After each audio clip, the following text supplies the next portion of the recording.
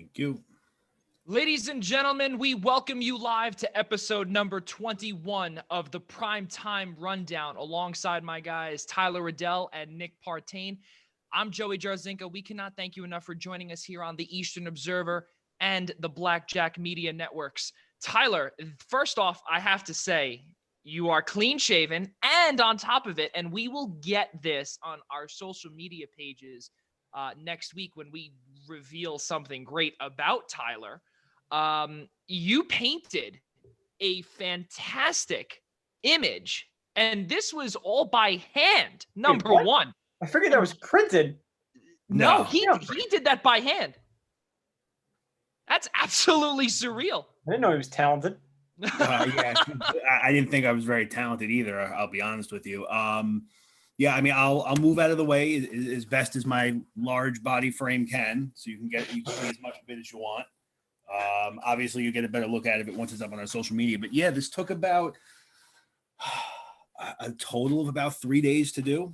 But being that there's no work and I can't go anywhere, it definitely helped me pass the time, and something I think I definitely love. So it definitely has a spot on this wall.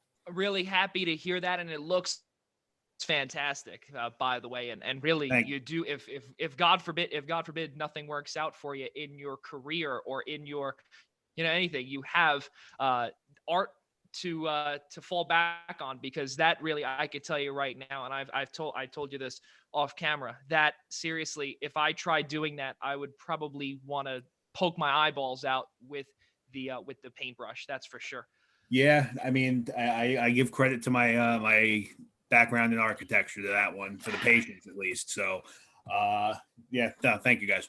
Well, that's very good to hear. So now, as we are here Friday evening on Good Friday, Holy Friday, and happy Passover to those who do celebrate that as well, who will be celebrating Easter on Saturday. Or sorry, oh my gosh, on Sunday. My goodness. Your days are all messed up. You got to go back to work. It's true. I know. I have to. You know what it is? I have to get out of the house. That's have some sort of human contact or human interaction. It's brutal. But going back to our prompt and our script here, looking at and seeing what has happened in the sports world, which really is not much in the previous week. Let's look to something that we actually had this discussion about a few hours ago off camera, and we're going to start with the NFL All-Decade Team.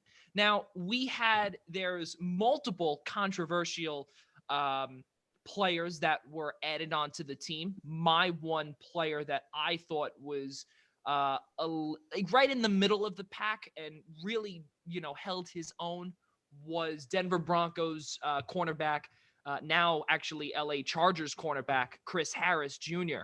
He was named to the All-Decade Team. I don't know if that was really the greatest choice. There's so many others, Aaron Donald, Fletcher Cox, Darren Sproles, Johnny Hecker, Shane Leckler from when he was playing. So there's a lot of things, and we were discussing also defensive backs, fullbacks, nose tackles are surprisingly not there. Is it a surprise that they are not there, or is the NFL trying to combine those said positions? Because if you have to do that, then basically, Tyler and Nick, you would have to break it down even more, and you would have to have the best free safeties, the best strong safeties, the best nose tackles, and the best fullbacks. What do you guys think?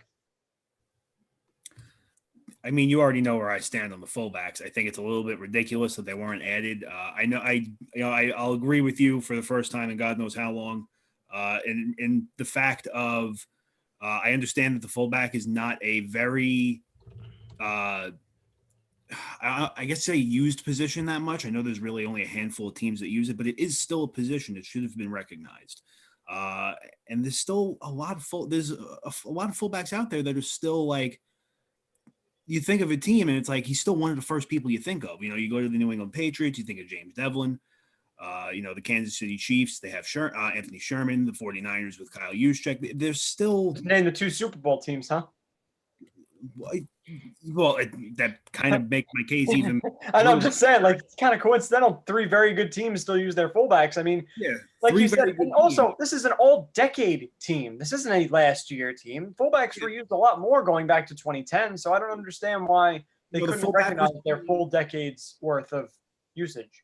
the fullback was only taken out of like I guess everyday equation for Circulation, most yeah. teams in like 2014, 2015. It's only been a couple of years, and even still, you think of, like I said, the Patriots with James Devlin, they were in I don't know 10 Super Bowls in like 5 minutes. So like obviously he's doing something right, playing a role there, especially because he does have a decent amount of touchdowns in the regular season every year.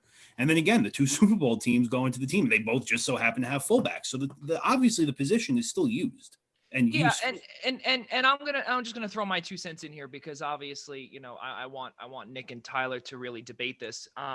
Because where I stand on this is that yes, you do have fullbacks that are used, but then you made the point that nose tackle should have been on there as well. Now, not everybody uses or utilizes a 3-4 defensive scheme where, you know, it's the defensive end, defensive tackle, and the nose tackle in the middle, or where, you know, exactly what Nick said earlier in our group chat, where they would be considered the defensive tackle. Well, if you think about it, then why wouldn't fullbacks be in that same or under the same umbrella as a running back? Because they're used in a totally different realm of the offense. You know, when you think of even going back as far as high school football, you're a fullback, or I guess in high school it was considered a second running back. He's still your running back's lead blocker going to the gap, so shooting the outside. You know, so it's hard to try and put them in the category as a running back because I mean, look, they're getting no recognition on here as is.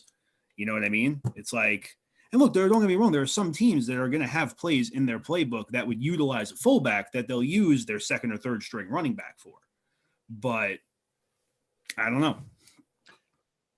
Looking at the all-decade team from the offensive side of things, obviously the 2 quarterbacks, which is no surprise, Tom Brady, Aaron Rodgers, wide receivers, Antonio Brown, Larry Fitzgerald, Megatron, Calvin Johnson, Julio Jones. Fellas, I want to ask you this. Calvin Johnson obviously did not have much success in Detroit. His personal numbers were really good. Is he deserving of an all-decade spot over a player such as, I don't know, Julian Edelman? Yes. Yeah, the difference between Megatron and Edelman is Megatron was the best receiver in football for like half the decade. That's completely enough to be on the all-decade team. Edelman was never one of the best receivers in the game. Very good and number 1 on his team, but never a top 5 in the league, whereas Megatron was the best receiver in football for a very long time. He deserves a spot for sure. Yeah, and not even through the Patriots' mega run through the entire 2010s, there was never a year where Julian Edelman was in the top 5, let alone the top 10. I think he only was in the top 10 one time. Yeah, and now you also look at the guards, the tackles, the centers. You look at the offensive line: Jason Peters, Tyron Smith, Joe Staley, Joe Thomas, Jari Evans, Logan Mankin, Zach Martin, Marshall Yanda, Alex Mack, Marquise Pouncey. Then you look at running backs. Now this one is, I think is deserving. And what Frank Gore did, he's on this list, by the way. Frank Gore, LaShawn McCoy, Adrian Peterson. LaShawn McCoy was one of the best running backs. And that's not being biased as an Eagles fan. But you look at Frank Gore, what he did in San Francisco towards the latter part of his career when he was, you know, traded, bounced around. He's still deserving of a spot. Do you guys believe that there were snubs or players on there, both offense and the defensive side, or even on special teams, where some weren't as deserving as others? I'm going to say one that might upset you, but Darren Sproles as the flex was a bad choice. Okay. The offensive flex is supposed to be a player that contributes all around to offense, and that's why they chose Sproles, because he was a running back. He also caught a lot of passes. He was, a utility knife kind of guy. But when you put it in that realm, how does a guy like Le'Veon Bell not get the spot over him, or Matt Forte, guys who did that at a much higher volume than Sproles? That flex isn't supposed to take special teams into account, where Sproles did make it as the punt returner, much deserved. He was an outstanding punt returner and deserves that spot. But the offensive flex one, he shouldn't have been the pick. There are many better players that did more for an offense than he did. We understand that he does it as a Swiss Army knife, but Bell was one of the best receiver blocking running backs in the game for about half the decade. I think that should have been enough to get him the spot over him. Tyler?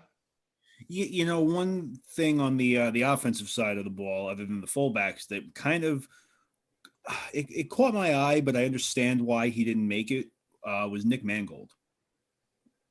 Yeah. How many years was he really good, though, in this decade? I'm trying to remember when. Until he had his neck injury. Remember, he didn't retire until 2016. Yeah, but his last year or two weren't even that great. You probably have an argument for him, but I was okay with the other two they picked. I think Pounds. No, I'm like, that's what I'm saying. It's like I'm okay with the other two, but you know, if there was one that I feel like definitely should have at least been considered, because when you go, I don't know how much you guys looked into the all-decade teams, but when you go look at the runner-ups and stuff, like he wasn't even a runner-up. Oh wow, I didn't see the runner-ups list. I saw all the guys who made it. Like the runner-up list was only like one or two people per position. I mean, skill positions obviously had significant more runner-ups. I think the offensive line only had one runner-up each, but you know, you really don't think of offensive linemen to begin with as is, and you know, to see who's here is understandable why they're here. You know, the personal success they had, but how Nick Mangold wasn't even considered to be a runner-up or an option blows my mind, because when the Jets were from, you know, I get it's not part of the decade, but from 2009 all the way until 2012, 2013, where the Jets really started to fall, he was a big part of that offensive line. Yeah, he was probably the best center in football for their run, if not right two. Yeah. So yeah, he definitely had an argument. It's a matter of how well he played into the decade. We know he definitely had 3 or 4 good years in there, but if you can add all the way to 16 of him playing at an elite level, he'd have had a better argument. But his play tailed off. He was hurt a lot this last year or two, so that's probably what cost him. Oh yeah, no, of course. And you know, the only other center I could think of, and obviously he retired way earlier than 2016, but the only other center that really would ever jump out to your eyes at the time was probably Jeff Saturday. And it's like, you know, you look at what Nick Mangold did as a Jet, regardless of the decade, and it was like, how many people will go into the store to get a jersey and they're walking out with an offensive lineman, let alone a center's jersey, and you go to a Jet game or watch on TV, and almost everybody was wearing it. It's wild. Did you see they had a Twitter poll out thing where they were doing like best college player? Like they did this whole massive Twitter poll, and Nick Mangold won like the best college player. He beat Reggie Bush in the final. Like he has such a cult following on social media that he even was able to win a popularity contest like that. It was really funny. I didn't see that. That's wild. I gotta check that out. Yeah, if you follow Nick Mangold, you'll see it on his feed. He tweets a decent amount, but he was like completely pushing for it the whole time. It was hilarious. That is pretty cool to say the least. And Tyler, I am in agreement with you with Nick Mangold, but the Jeff Saturday part is he began to be on the backside of his career. If I'm not mistaken, he retired the year after Andrew Luck's rookie year, I believe. It was in that. Well, yeah, because his retirement season was Peyton Manning's last season before the whole neck problems. Right, I'm sorry. Right. I take that back. It was his first season in Denver because they took a snap under each other. Right. Yes. That is correct. Yes.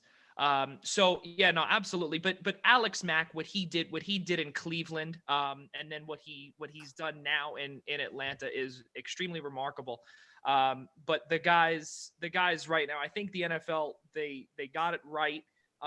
But I am, like I said, I am in agreement with certain positions. And I think a nose tackle, because not every team plays in a 3-4 defense, for defensive backs. Also, you have to look as well, where a lot of teams also play a 4-2-5 scheme, where you have 5 defensive backs, 2 linebackers, and obviously the defensive line. Or you play what is it? 3-4-4, I think. Yeah, that's correct. Yeah, it's a 3-4-4. Nick, you are the Eastern Observer's math guru here. Yeah, 4-4-3 is 11. You are good. Right, exactly. There we go. Yeah, so 4. Yeah, what Joe's trying to say is there were a ton of hybrid defenses played this decade. We really moved over the course of the decade to a passing league. Right. So base defenses became much less frequent. So that even that, on top of everything else, makes the nose tackle even less of a prominent figure. But Yeah, but see, it really comes down to 3-4 versus 4-3 base if the nose tackle's on the field or not. So when you're already at 50-50 basically of the league, and then the league's moving more toward passing, it was even less this time around. Yeah, but see, but my problem with the argument now is you're saying that all teams don't use the not all teams use a 3-4 defense. But you look on the other side of the ball, and not all teams use fullbacks either. It's still a position; it still should have been recognized. That's fair, I guess. I mean, it's just because it's kind of like just a breed of defensive tackle, like defensive tackle's overarching term that covers all of them, whereas running back doesn't overarch into fullbacks. Like no one considers Anthony Sherman a running back, but all defensive tackles are, all nose tackles are defensive tackles. Right. Yes, that is, and exactly what you said. That is fair in my opinion. And now just to continue this with the NFL, I want to move over from the all-decade team, because we could go on and on about this, and we have some agreements, some disagreements, whatever. That's exactly what this show is about. But now I think we can all be in unison with this following topic here. Just a few days ago, Antonio Brown hired a veteran agent in hopes to return to the NFL. Fellas, who would be dumb enough to sign Antonio Brown?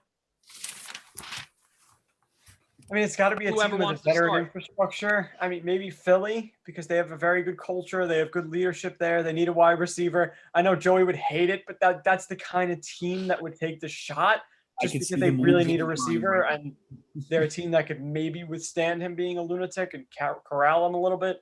I know the Patriots failed last year, but if Brown is serious about changing his behavior, he seemed to say some things recently that kind of hinted toward the fact that he gets it. So if he comes in and he's not a lunatic, he's an amazing wide receiver. We saw in one game in New England, he looked like vintage Antonio Brown. Against so he's Miami, worth a shot if you think you can get his brain right. He's completely worth it because you're going to pay him nothing, and he's going to be a stud for you. But it's got to be a team with the infrastructure to keep him under wraps. Tyler. So one thing I'm gonna kind of disagree. I'm gonna disagree, but the one thing I'm gonna counter with Nick is I don't think his time in New England was a failure. I think the 15 minutes he was there, but it was more or less, when he had all of those charges, I guess, coming towards his name. You kind of expect the team to let him go, because if he stuck around, there wouldn't have been any failure at all. The Patriots probably do a lot better than they did last season. If he sticks around, he didn't whine his way. I forgot he didn't have like an episode. It was that those allegations came out, and they were he had the allegations came out after he finally was able to get those episodes brushed away. Obviously, you see teams aren't going to want a guy like that on their roster. Obviously, they're going to let him go. As far as to who would sign him, I think it's going to come down to any team that's going to be desperate enough. Any team that really feels like they're going to need a receiver. Obviously, I don't see him being signed anytime soon. He's got to go through some kind of wild counseling program or whatever it is to get his brain fixed. But when he's playing, there's no question that he's anywhere between a top 3 and a top 5 receiver. Doesn't matter where he's playing. If he gets picked up, depending on who he goes to, he's going to have to take a low cost, low risk deal for a team, because if they got to cut him again because he has another episode or more reports about him come out, they're going to have to cut him again. So he's probably, if he ever came back into the league, I don't see him being anything more than and pretty much an NFL journeyman at this point. Yeah, which really is sad. But you know what? His actions were really, unacceptable across the board, starting in Oakland, and then with him fighting with the movers when I believe he was leaving in Miami. I think it was Miami, where it was, or some place in Florida where he was. And the authorities were called. He apparently roughed up one of the moving guys. And now you look at a draft that is wide receiver, not even friendly. This is a historical draft for wide receivers where you look at into potentially even into the third round. And the third round is that's where you start to see the drop off with wide receivers this year. And it's mind-boggling, and this is where we'll segue as well with the Texans and Brandon Cooks and whatever, which I don't even want to get that started until we finish this topic. But I don't see him getting signed until after the draft. Obviously, I don't see him getting signed at all if football is played. And even if this whole pandemic was not going on, I do not see him getting signed to begin with, because really, a lot of teams are trying to rebuild their culture. And Nick was talking about the Eagles, and I can tell you right now, I watched All or Nothing over the last few weeks, and that's on Amazon Prime for those that are at home and have nothing to watch. All or Nothing is one of the greatest documentaries on teams that I've seen in a long time. Carolina Panthers, Arizona Cardinals, now the Eagles this year, season 5. I don't know the other 2 teams, but watching those 3 teams, you've seen how there has been a change in culture all around the league. And just by looking at what Ron Rivera's Panthers did years ago, what Bruce Arians and did, actually Cliff Kingsbury last year, there was not a lot of room for him. And I think a lot of the things that are going on now, especially with this year's draft, Jerry Jeudy, a few others that to be named, I don't know off the top of my head, but Jerry Jeudy is the biggest one that I could think of. I think he's done. And if he does get paid, it would be the veteran minimum, that's for sure. And he will be a bargain, or maybe a diamond in the rough. I don't know. Well, we had a similar thing go on last season. Someone signed Kareem Hunt. He was suspended for 8 games. He had a very, very bad domestic violence issue. He still got signed. It only takes one team to take the plunge. So I could definitely see him getting on a roster. And I think it actually helps that it looks like because of the pandemic, there might not be as many off-season workouts and things. So teams won't want to rush to sign him to get him into training camp. They'll be able to take their time. They can interview him over Zoom and video conference and things like that. They can make sure that he's getting the help he needs. They can make sure that they think his mentality is right. They can draw up a contract, like you said, that's not going to have any guaranteed money. The Patriots have a grievance going right now because Brown thinks he should be paid and they don't think they should pay him. So that's going to be a whole thing that has to figure itself out. So we'll see. I think somebody is going to take the chance, because someone always does with these guys. Even Ray Rice, after his episode, got another job back in the league afterwards. So it's very, very hard to completely lose a spot. And I don't think he did enough to cost himself a job forever. And don't forget also, how about Josh Gordon as well? Excuse me. It wasn't violent. That played into his hands, his benefit. It was other stuff. The league was the one keeping him out, not necessarily teams not signing him. So, right. Yeah. Well, yeah, no, it's true. And I personally don't believe that we're going to see a team right now. And the only team that I could see, and really will be able to determine that after the draft, even after the first round, the second round, whatever it is, or even after, obviously after the full draft is done, which by the way, will be a virtual draft. We'll have to see what the depth charts look like, and Tyler will be having something else that he'll be building for us, and we won't say that now. We'll be talking about that moving forward, starting next week on our Twitter accounts, Facebook accounts, YouTube accounts, wherever. Just keep an eye out on at Observe Eastern on Twitter. Moving forward, fellas, with the NFL still, because really this is the time. We are about 2 weeks away, or actually 2 weeks, roughly about 2 weeks away from the draft. It is April 10th here, Friday. I like I said, I can't believe, I don't even know what day it is, what year it is, whatever it is. The new jerseys for the Bucks and the Falcons. I'll start this one off. I think the Falcons jerseys are disgusting. I think the third jersey is fantastic, which is the general, their original, or what they had last year and in previous years, their back in black uniforms. And the Bucks, they go back to what their glory days, if you will. I love those the Bucks jerseys. Can't stand the new Falcons jerseys, fellas. What did you guys think when you saw those new jerseys? I mean, I agree with you. I didn't like the Falcons ones. I thought the black and white were very bland and stupid looking, and then that stupid half red, half black one. Like, how do the Falcons not gonna have a red jersey? It's their color. How do you do that? And that one looked so dopey with the top half, bottom half. I didn't like it at all. The Bucks, I agree with you again. I loved the new pirate ship going back to that vintage logo on the sleeve. I was really hoping they'd have an orange creamsicle one, and I still hope that they have like that just for one game, man. That'd be so cool to see because I love that vintage jersey. But I thought the Bucks did a much better job, even though there were a lot of funny memes out there comparing them to the Mean Machine. Yeah. Tyler, what about you? I like them both. I have so many other things to be concerned with and investing time in that I'm not going to get bothered by jerseys. Although I did think the Falcons one they could have done better, but I like them. The thing to me, and it's really okay. So it's the biggest thing to me is the ATL right here, and it's massive. And it's probably, you figure, about this wide, and it takes up the whole chest. You figure, as you know, if you're wearing the actual jersey and goes over the pads, whatever, it'll stretch across the chest. That to me is the ugliest part. That reminds me, and Nick and Tyler, I think you guys can remember this, when Johnny Manziel was drafted into the NFL by the Cleveland Browns. That year, the Browns debuted a brand new jersey following the Brandon Weeden year. And that was, if I'm not mistaken,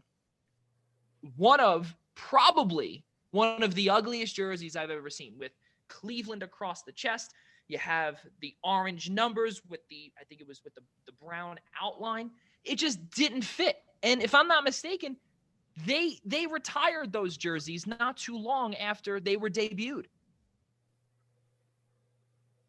Yeah, I don't have distinct memory of any terrible Browns jerseys. I mean, it's hard for their color scheme. Like, that burnt orange brown combo is very hard to make into a for eye friendly jersey, I guess. So I don't ever really give theirs much of a second thought because they're all kind of gross to me. It's just not an endearing color scheme. So nah. They're also really not an endearing team either. Well, yeah, that too. When you're 1-15 every year, it's not like I'm paying much attention to you. Right. Exactly. So moving forward, and I know Nick really does not watch Hard Knocks or anything along those lines, but I will. Jets year. What? I did the Jets year way back. That's fair. Yeah, but they kept Danny Woodhead. You gotta be kidding me. Yeah, but the biggest thing here is that HBO and the NFL announced that the Rams and the Chargers will both be featured because of SoFi Stadium opening up in Los Angeles or in Inglewood, just outside of LA, this upcoming year.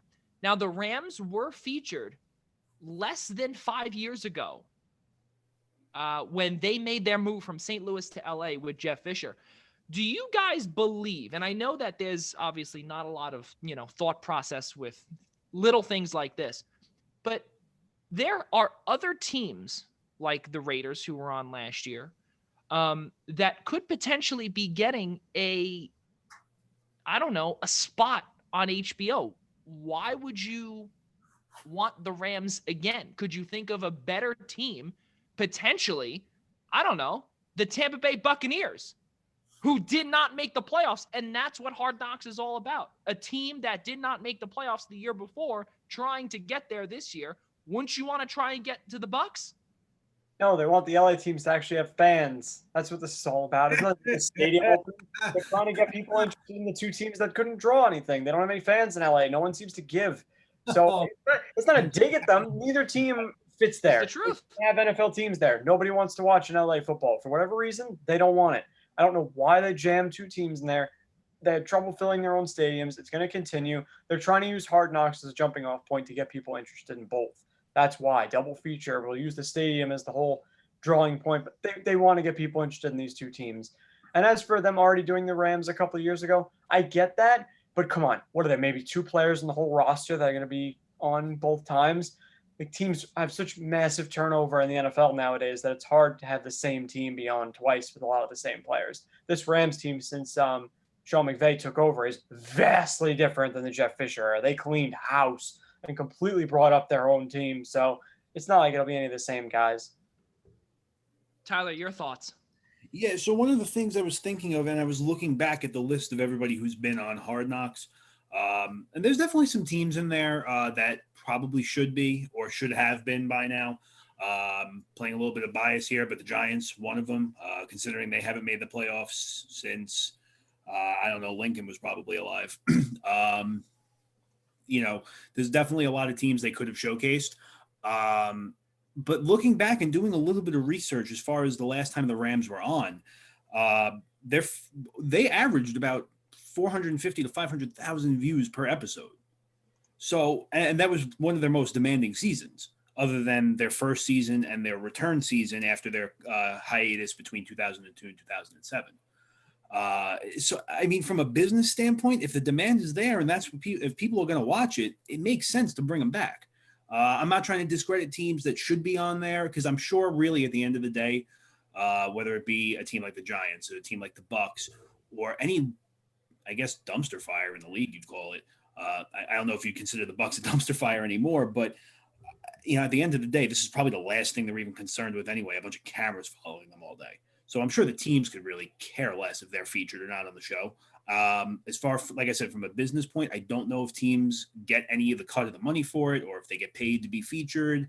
But like I said, if the demand was there for the Rams, no harm in bringing them back.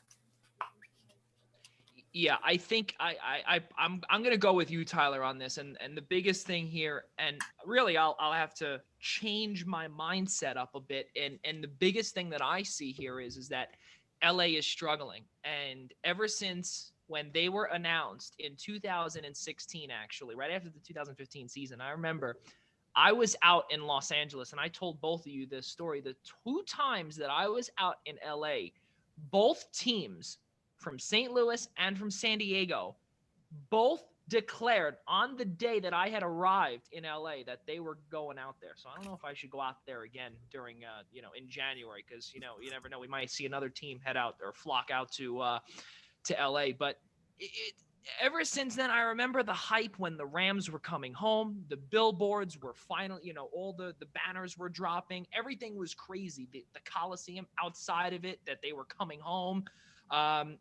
Those days are, they were coming back, and really it didn't live up to the hype. And especially with their, with the 2000, 2 years ago, the Super Bowl, when they completely flunked out. Now they signed Jared Goff. They traded away Brandon Cooks, which is where we'll segue into. And you trade away Brandon Cooks for a second-round pick. And if I'm Bill O'Brien, I'm okay. Les Snead, in my opinion, completely robbed Bill O'Brien. And Again. Sorry? Again. Well, Bill O'Brien shot himself in the leg again, twice. But Les Snead now was the second general manager to absolutely fleece the Texans. And you're going to pay DeAndre Hopkins about between $12.5 and $12.7 million this upcoming year. Now, you're also going to have Brandon Cooks, who is an oft-injured wide receiver, who is concussion-prone, and who was knocked out of Super Bowl 52 and has not played a full season since his time with New Orleans. And that was 2 teams ago. What do you make of this let's call it deal. I'm going to start this off. The Rams, they needed to clear space, and the Texans added $16 million. What are you doing? Well, that's not, I don't think, how the money worked out. The Rams ended up with like a $17 million dead cap charge because of this. They didn't save any money because of this. They did it to get the draft pick. And because they felt like Cooks dropped out of their rotation, he wasn't playing much. They'd rather give somebody else a shot. But I don't think even the Texans had to take on the full salary there. I'm not exactly sure how the dollar for dollar worked out, but I don't think the Texans are paying the full thing because of all the dead money that's now on the Rams cap. But regardless, it turns out that the Texans are overpaid, like you guys said. You have a second-round pick for a guy who had a very bad year last year, a lot of injuries, getting older, not that productive. At his best, he's absolutely worth a second-round pick. We saw him traded for a first-round pick a couple of times already, so he's worth at least that when he's healthy. But the fact that we haven't seen it makes it seem like I don't know how the Texans got pushed into a second when the Rams should have had no leverage whatsoever. So I don't get it. If he's healthy and productive, it could look like a good move, but it's very risky, especially when you've already traded away your number one receiver. You don't have a margin for error here. If Cooks is hurt or he's not effective, you have no wide receivers outside of Will Fuller, who's very, risky himself. So I don't know. Bill O'Brien's building a very risky team over there with David Johnson, Will Fuller, and Brandon Cooks being your prime skill guys around Deshaun Watson. And it just makes no sense to me, too, in a wide receiver heavy draft. Right, to give him a second-round pick when you can get a good young receiver at that pick, it's also very puzzling to get, a guy who's not cost-controlled anymore instead of having somebody who could draft and pay a lot less. Right, exactly, Tyler. Yeah, I mean, I have no idea what's going on down in Houston. It's hard to even put into words. It's like you've seen some in all sports. You see very puzzling moves and very interesting decisions, but then you see this is like a whole nother. This is like an elite group of what the hell is going on. You know what I mean? It's starting to become Peter Chiarelli level of like what? Yeah. Who's this team? What is going on there? Yeah, like the Giants better start making moves with this guy soon. Right. Everybody should be on the phone every day right now in quarantine. Like, hey, Bill, what do you think of Deshaun Watson? Like, is he annoying you today? Like, do I have something there? Like, yeah, it makes it to me. It makes no sense, and I don't know how the money works there. But you think about it, and you say to yourself, you're really kicking yourself, and it doesn't make sense. You have Will Fuller, Kenny Stills, now Brandon Cooks. It doesn't. Oh, and also don't forget Randall Cobb, who now is, I would say, I believe Randall Cobb now moves down to the third wide receiver on the depth chart. Yeah, he's Brandon Sorry? He's their slot guy. Right. Brandon Cooks now elevates to 1 immediately. Will Fuller will now be your 2, and Kenny Stills is now your 4. So all of a sudden, if all is healthy, that's a good thing. But again, exactly what Nick said, it's a humongous gamble because you have 2 wide receivers that are oft injured and cannot stay healthy. So your number 1 and 2 could potentially be Randall Cobb and Kenny Stills, who, okay, yeah, they're scrappy, they're whatnot, but who do you have on your outside playing? I don't know. That's the issue. So we'll have to see what happens there. And now with the Texans just trading away and trading 4 picks, it's mind-boggling. And really, I think that is the biggest storyline heading into this draft, is to see what they're going to do, because what they've done, it makes no sense to the 3 of us, and most likely to a majority of Texans fans and in general football fans. Yeah, they still have another second-round pick because they got one from Arizona for Hopkins and they traded their own for Cook. So they have a second-round pick if they want to draft a receiver, but then you have a crowded room. You have 5 guys that are capable of playing. So I know you have risky guys, but you can't just keep throwing bodies in there, because then when they are healthy, you have guys not playing that deserve it. So you're right. They are a team to watch because you never know when they're going to strike on another crazy decision, especially if the draft gets strung out this year and they have a whole week of days to make new decisions and new trades and things like that. It could get very wild for Houston. I'd say they're definitely a wild card because you never know what they're going to pull next. Yeah, no, I can't. I honestly, I cannot wait to see what's going to be there with Houston. But let's take a peek at picks 1 through 5, and we can really cross off number 1 because let's be real here. Cincinnati is going to take Joe Burrow, and I think all three of us are on the same exact wavelength there. Andy Dalton is simply not going to work out, and he's also a free agent too. So Joe Burrow is. Sorry, no, he's not. Thank you, Nick. My mistake. They're gonna. It's a matter of time. He's gonna be now moved. You figure to be a backup or He'll probably be cut at some point. I don't think Yeah. they've still done it yet. I think he's technically still under contract, but once they draft Burrow, they're going to let Dalton go. I don't think anybody's given them any kind of trade offer, so at some point they're just going to cut him. Yeah, no, absolutely. I think that we'll figure it out. We'll see what the deal is there. Looking right now, it is 6:41 on the East Coast. NFL talk is done for now. We do want to say we actually did not open up with the our show is presented to you by the Nolan Carroll Foundation. But I will say this, and I know Nolan would definitely tell me to do so, not to donate to his charity, but really to donate to all of the first responders and all of the frontline workers that are fighting this coronavirus right now.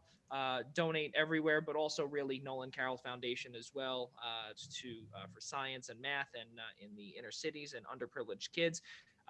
Donate at www.nolancarrollfoundation.com/donate in case you have a couple extra dollars and a few minutes to do so after viewing our show. Cancellations all around the globe. Tokyo 2020 now becomes Tokyo 2021. Now, my question to you, Nick, is you are an NBA guy, and I would assume you're not really a college basketball watcher. You're not really a college guy. You're mainly you stick to your professional sports. Now, LeBron and the rest of the pro players who usually go to the Olympics in either the summer, the winter, and it has a partnership with the IOC. And obviously, the NHL does not anymore. They're not sending their players there during the season. Do you see that or do you think that this 1 year delay or postponement, if you will, would potentially change Greg Popovich's Summer USA roster? I don't drastically. I don't think, definitely not drastically. A lot of star players had already committed to playing if it was going to be this summer. So that obviously changes now with it being pushed back. But I really don't think any of those guys are like borderline retirees that would be like, oh, it's another year down the line. No, I don't think I'm going to do it, especially because we don't know what the heck's going to go on with the rest of the season. These guys might be sitting down for a while. Even next season could end up getting shortened. We have no idea what's going to happen with this pandemic. So I think basically the same set of guys that said they would play are going to end up playing, because by this time 2021 I would really hope this virus is completely taken care of and we have a vaccine and everybody's been cured and healthy and it becomes a footnote for the sports world instead of the main story. But I can't see the roster changing that much. I can't. A lot of these guys love playing in the Olympics. They really do. And with basketball, it's not like hockey where it's that hard on your body. Like, it's tough for these guys. It's definitely a lot of work, but it's not nearly the same. The injury risk is not nearly the same. I mean, Paul George was a major freak thing the 1 year he got hurt, but other than that, we've seen almost no injuries, no play change. Like, these guys still get a month or so off to rest after the fact. So it shouldn't change anybody's decision. I would be very shocked. The only one, honestly, would be Popovich, because he's the only one who's up there in age and might think, oh, another year, I might not even want to do this. So he's the only one I could see changing his mind, but I think even he said he would be okay with it. Yeah, I could see if anything, Popovich would be the only change. The only other one that I could see would be LeBron James. And I mean, I don't think that we're going to see a drastic change in how he plays next year with obviously everything going on right now. He came out publicly and said that this season he wouldn't have, quote, closure, with Kobe's death and everything. And I don't know. I almost feel like he would want to carry the torch, no pun intended, for USA basketball in 2021. And I think that you look at what the last Olympics were in Rio, and if I'm not mistaken, I believe it was that one, or was it the year before, where Anthony Davis was the first college player when he was on Kentucky. I don't know, Nick. Tell me if it was Rio or was it London. I think it was. I know Beijing was 2008, London was 2012, and then 16 was. Yeah, so like he was drafted like a couple months before. Right, exactly. So for him to still not make his NBA debut, but also obviously he was a bench player under Coach K, in that year where it was the final time that we saw Kobe Bryant play in the on the world stage. I just personally believe that after seeing that, and I know it is 8 years ago, you're going to see someone who is drafted either this year or not this year, because this year they'll be making their debut, hopefully, if, as Nick said, this pandemic slowly winds down. But even next year, if someone is to get drafted next year, that is a high lottery pick, we could potentially see them on that roster if Popovich or whoever else could potentially, and also I think Jay Wright is also an assistant coach on there as well. Or I think he's one of the consultants, whatever it is. We could see some youth being pushed into onto the world stage. That'd be pretty cool, I think. I feel like we could have seen Zion this year, right? If they would have played it this summer, I think he would have absolutely had an argument to be asked. But I think for his health, the team might have said probably you shouldn't. But we've seen this before with guys that are drafted top 2, top 3, having the talent right off the bat. That's very apparent that they could definitely play on this kind of stage. It depends really on how many regular NBAers want to go. Like if there was a superstar NBA player that wanted to go, they probably wouldn't pick the rookie over him unless that NBA player has done it a couple times or something. But, right. There's a lot of circumstance there, but it wouldn't be unprecedented next year if they have a kid that gets drafted 1 or 2 overall and he looks like a physical freak and could absolutely compete. Give him a chance to talk to all these high-level veteran guys and enjoy the experience. Yeah, I would say so. Tyler, do you want to add anything to that? I mean, you guys know my my NBA / Olympic basketball knowledge is slim to none, but I will do my best for you because I like you. I don't see too many drafts. Thank you. Yeah. Go on. I don't see too many drastic changes, especially a handful of guys, LeBron James being one of them, getting up there in age a little bit. It's a lot of these. Who knows if this is going to be their last time going to the Olympics? If that makes any sense, you know what I mean? Kind of just like, and I don't know how much the Olympics mean to some of these guys. Some guys might just do it because it adds Olympic time and gold medals to a resume. I don't know if it's because they just genuinely enjoy being there, but being that this, for, like I said, a select handful of people, that this could be their last time going to the Olympics, I wouldn't expect to see too much drastic change.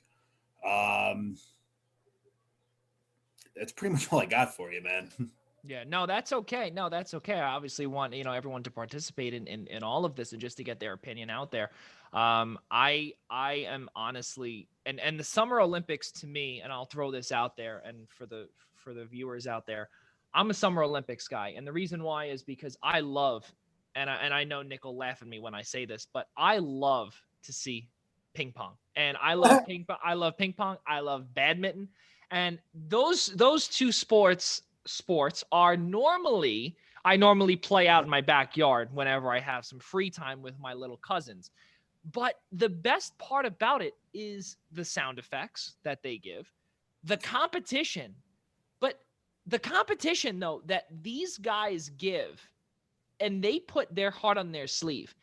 Basketball is mainly dominated by the United States and Spain. We get that. France here and there when Tony Parker was on that squad, Rudy Gobert now. And it's crazy to and obviously I love the Winter Olympics too, hockey being the main one. But it's just I always have this knack or this love to see that. It's really a shame that it had to all unfold this way. But it's going to be worth the wait next year for sure when everything is said and done, God willing. Let's keep moving forward here. 6:50 here on the East Coast. It is Good Friday, ladies and gentlemen, right here on the Primetime Rundown. Episode number 21, presented to you by the Nolan Carroll Foundation on the Eastern Observer and the Blackjack Media Networks. I'm Joey Jarzynka alongside my guys Tyler Adelle and Nick Partain. Let us get our guest of episode number 21 in here. Anthony Dioria from the Golden Stick, Tyler, or Sticks? Stick. Golden Stick Wiffle Ball League in just a few moments. We're going to get him in. Our first up, as he is going to be in here right now, and I will turn the table to Tyler Adelle as he will be doing this moderating right now. Thank you very much, Joe. Wow. Anthony, you with us, man? Hey, I'm right here. Can you see me? What's going on? Looking good. Yeah. All right, now I know you're lying, so thank you. Like Joe was saying, this is Anthony Dioria, the main man, the head honcho of Golden Stick Wiffle Ball League in the New York region. Anthony, first of all, thank you for being here. With everything, how are you? All in good health? Everything's good? Yeah, can't complain. Sitting here in Levittown, just minding my own business, waiting for quarantine to be over. Can't wait to get back outside. I unfortunately took a trip to the store today, so I don't know. I guess I have to stay home for 2 weeks now, so that was pretty brutal. I feel you. I've limited my store travel as much as I could. Had to go out earlier today myself. It's crazy out there. Just Yeah, it is what it is. Stay safe. That's all that matters. Mm-hmm. Facts. Let's get to it.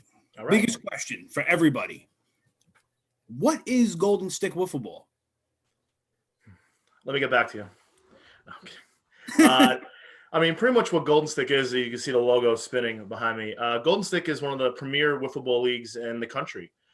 We've got players from all the way up in New Hampshire and Vermont, all the way down in the Southwest and Arizona and in California. And it's really just become this big community of just guys looking for competitive wiffle ball. And, we've met a long time ago through, just living in the same town, and you've seen it grow from, some tournaments here on Long Island to now these massive national events in Staten Island and in Boston. And we've also, back in the day, used to have events in Vegas. So the short answer is we're a wiffle ball league. The big answer is we're probably the most fun you're going to have playing wiffle ball all over the country. I could definitely second you on that one. Like I said, this season I'll be going into my 9th season with you guys. That's crazy. It's amazing how time flies. Time flies when you're playing wiffle ball. It's probably one of the most competitive things you can get yourself into. You meet some of the nicest and greatest guys in the world. You also meet some of the best athletes you'll ever meet. Mm-hmm. There's guys who. How many people you see whip a wiffle ball 90 miles an hour? And not many, but we've all seen it, and it's an incredible sight. To be honest, Yeah. when you're especially when you're at bat, when you're sitting on the sideline, you're like, oh, that's pretty fast. Like maybe I can hit that, but then you take the bat and you go stand in the box. You're like, that's really fast, and that's a piece of plastic, and I have some work to do.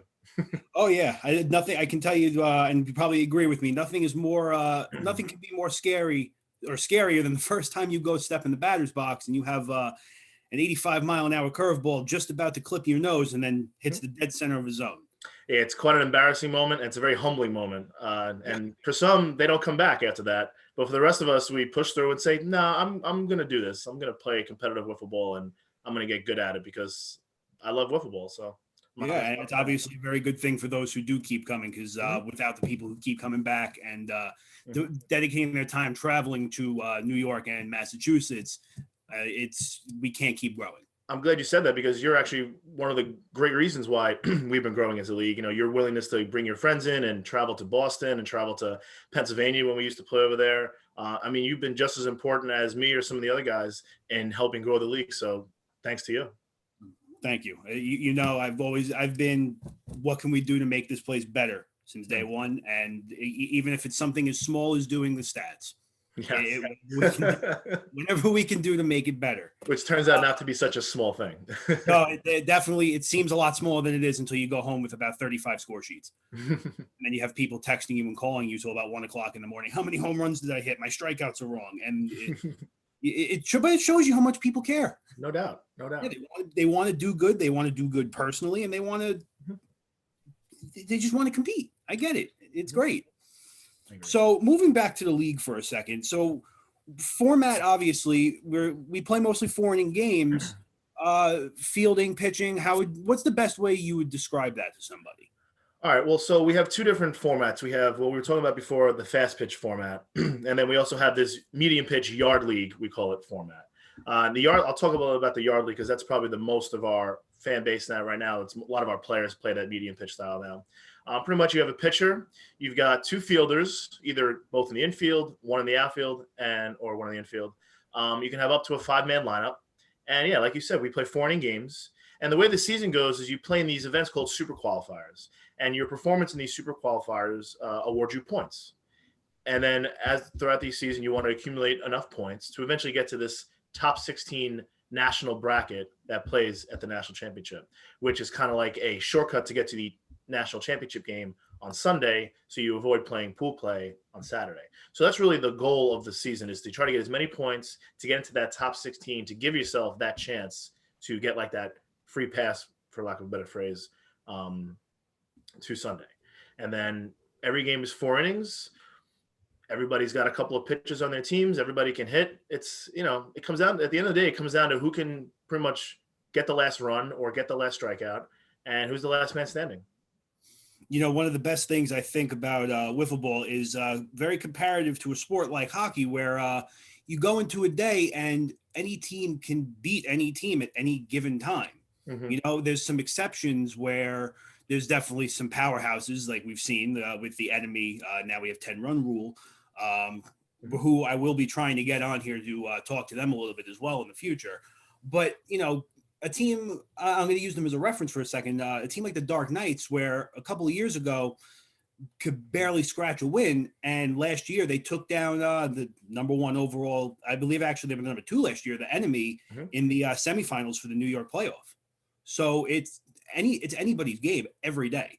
And one of the things I learned as a player going into a game is, after a game, no matter when it is in the day, whether it's the first game or the championship game, you just always treat it as if you're it's a brand new, you have no record, you're 0-0.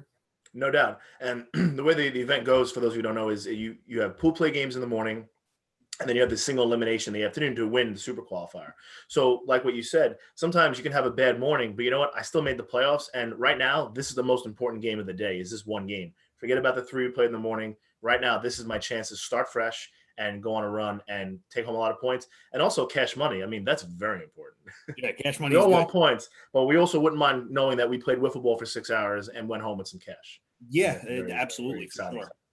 Yeah, and definitely one of the best things to think about is you could be the one. You can go 1-2 in your first 3 games of the day, or you can go 3-0, and you have just as much of a chance to win as that 3-0 team. I agree. I mean, I want to build upon what you said about the Dark Knights. They're a microcosm of what we've done with the league over the last 10 years. Just like any new sport. I mean, if you go back to the old NHL and the old MLB or the football, whatever, there was always a couple of teams that seemed to dominate, right, all the time. The Montreal Canadiens have 30 Stanley Cups. I mean, because who they play? They played the same teams. But over time, each league grew, they expanded, they brought in more players, and just naturally that talent pool kind of spreads out a little bit, and you have more competitive sports teams. And what's happened in the last 10 years in Golden Stick is, because of guys like you and new guys coming in each year, they kind of play. They're like, okay, I get it now. They go to another team. They kind of like do their own progression up from like a lower level team to a medium to a better team. And all of a sudden now, like you said, you've got 16 teams that show up on a Sunday morning that are like, no, I can win today. We look at the bracket, look at the pool we have today. Like, we can easily go 2-1, go on a run, and win this event. And to me, that's the mark of a great event, a great league, is that everybody could show up and be like, I have a chance to win. If you get to a point where not everybody feels like they can win, then you start getting guys kind of walking away and they're like, this is no fun to watch the same team win over and over again. And giving those teams an opportunity to be like, no, I can do this. That keeps them coming back for more. They get very hungry. Very, very hungry. I can tell you it's definitely that first win you get, whether it's a regular season win or it's a playoff, you get that drive quick. But, and again, jumping back to the Dark Knights really quick, it's you look at them and they almost seem as if they've become the face of Golden Stick as far as bringing in youth, because they were a team that came from 1-2 win seasons a couple of years ago, way back in our older format, to now teams that last year they won 2 super qualifiers and they made a decently sized run into the Open. That is no doubt about that. They are a product of teamwork and friendship. And, you have 5 friends that wanted to play wiffle ball on a competitive level. And they could have easily, after like the first 3 events, being like, forget this, like we're going to go split up or we're just not going to play anymore. But the fact that 5 of them have stuck together for 5 years now and have become a marquee team in the league, I mean, that's amazing. And it makes us look good. It makes the league look great and be like, wow. And they're also just great guys. Like, they're just nice people. They're not arrogant. They're not prima donnas. We got plenty of those in wiffle ball. But these guys are definitely not. They're just good dudes from Suffolk County, New York. And they love playing wiffle ball. And they love the competition. They love being fun. They're just – there's not enough superlatives to describe their contribution to the league and really to the community as well. So, going back to talking about how a team can just not feel it up and quit, or they get intimidated, which we've definitely seen a lot of one and done teams and one and done players within Golden Stick. What would be your best suggestion to a player who's intimidated with joining but wants to figure out a way to get into the league? It's a great question.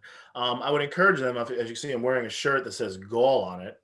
This is our fall league that we've been running over the last, I guess we're going into our 6th fall this year, God willing. And I encourage new players to reach out and try to join that league for a couple of reasons. One, it's not super competitive like the summer, where there's less rules about roster size and there's a lot more money and it's a lot more, long days, aggressive stuff. The fall league is just simply pretty much a couple of doubleheaders on a Sunday morning and you're home before football. That was the original idea of the league. Like, we all want to play whiffs, but we all don't want to miss football. But we have like a lot of guys, like, let's make a league out of this. And it's become a place for new guys to come in and give it a shot and not feel like there's all this pressure. It's much less money and they're kind of just like, whatever. It's a lot more of a learning experience. It's also a chance for players already in the league who maybe they're not happy with their team or they kind of just joined a team just to get in. They can meet new guys and meet other players and maybe form new teams. The biggest difference between the fall league and the summer is that fall league is a draft style league. So we get 8 captains and we have a draft. So there's no like super teams. Everybody has a chance. And the teams are up to 5 and 6 guys. Because in the fall, we all know that everyone's got different agendas and it's not the summer league. So to ask a guy to now play all summer and then commit to 8 more weeks of fall league wiffle ball, especially when the weather is questionable, is tough to ask. So we've come up with a system where you can have 5, 6 guys on a team and not have this pressure of like, you know what, I don't have to show up this week. I've got kids or like I'm going to a football game or whatever it is. And be able to just be like, all right, I'm going to play 5 weeks of the 7. It's costing me much less money. I'm out of there by 12:30, 1 o'clock. And I'm meeting all these new guys playing fun wiffle ball. So I would encourage all new guys to definitely check out Gall. We're on it's on the Golden Stick page on Facebook. We're on Instagram as well, at Golden Stick Whiff. And there's plenty of information about the fall league, or you can always shoot us emails and we'll be more than happy to direct you in the right direction. Yeah, I mean, you actually you jumped the gun on me. I was actually about to ask you what's the best way to find Golden Stick. I know Facebook, Instagram. I'd say for a couple of years it was difficult. We've gone through a lot of transition in our media over the last 4 or 5 years. There's been a lot of transition of who's been running our events and trying to take control. Some people are stepping back, but the one thing we didn't want to sacrifice was the product on the field. Sure, we may not have as many videos out there as other leagues or as many pictures or whatever, but everyone still knows that when they show up to a Golden Stick event, it's the best type of wiffle ball you're going to find.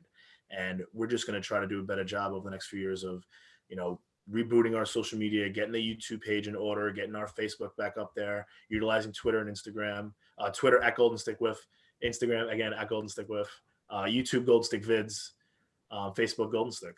And if you want to shoot us an email, you can email the New York region specifically if you are from New York, nygswl@gmail.com.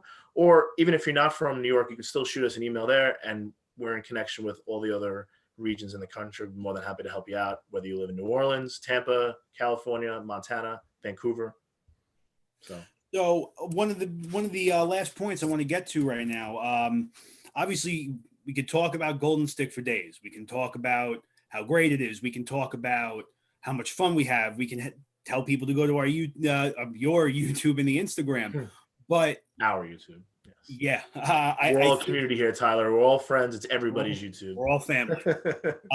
But in my opinion, the best way to get your best Golden Stick experience, even if you don't play, you just come and watch for a day. Obviously, due to everything going on right now in the world, everything as far as the next couple months go is quote unquote tentative. But where's the best place to go catch some Golden Stick? Well, we've been playing at Eisenhower Park right here in East Meadow on Long Island for the last 5 years now. We've been on Long Island for the last 10. The league originally originated up in Boston, like North Boston area. They still play up in Danvers. And then we play in East Meadow at Eisenhower Park. I would love to tell you exactly where we play at Eisenhower Park, but now with everything that's going on, there's like one of 3 options where we might be playing. So I'm not going to tell somebody, I'm not going to say one spot and have it change tomorrow. But we used to play at what's called the Old Driving Range. Is if you're coming from Hempstead Turnpike, you go north through like Eisenhower Park, if you're going up to like Merrick Avenue over there, and right on the right side, there's this whole patch of grass. And we used to have 12 wiffle ball fields lined up. So plenty of people definitely have driven by and been like, what is going on over there? That's wiffle ball. What are all these weird people in the shorts? Yeah. But to give everybody a little bit of a better perspective, it's the finish line for the marathons as well.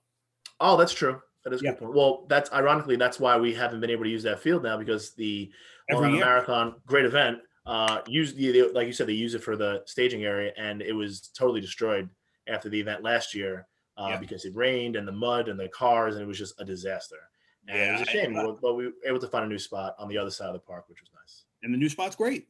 I love the new spot. It's definitely compared to some other places we've been, even whether it was temporary or long term, it's definitely, in my opinion, one of the best spots we've had so far. Yeah, and it's good. It's an easy landmark now because it's still Eisenhower Park, but it's right by the Islanders practice facility. Like the team store, excuse me, whatever, the Northwell Ice Center. That's the practice facility, yeah. Yeah, so, I mean, you should know, right? So it's easy to be like, hey, look for the big Islander sign, and like now we have a little more of like a marquee going for us. So hopefully we'll expand even more this year, even if it's a short year. I hope it's not a short year. You got to just reschedule. Don't cancel. Well, I think we've made it very clear that we're not going to cancel the season at all. That's not happening. We're just going to take it one event at a time. All of our events are set in stone. There's nothing that's going to remove us from regardless of where on the park. There's nothing that's going to remove us. So we'll just go, as long as the president or whoever keeps extending the social distancing, we'll just follow up and be like, all right, so this event is a wash. Next one's a wash.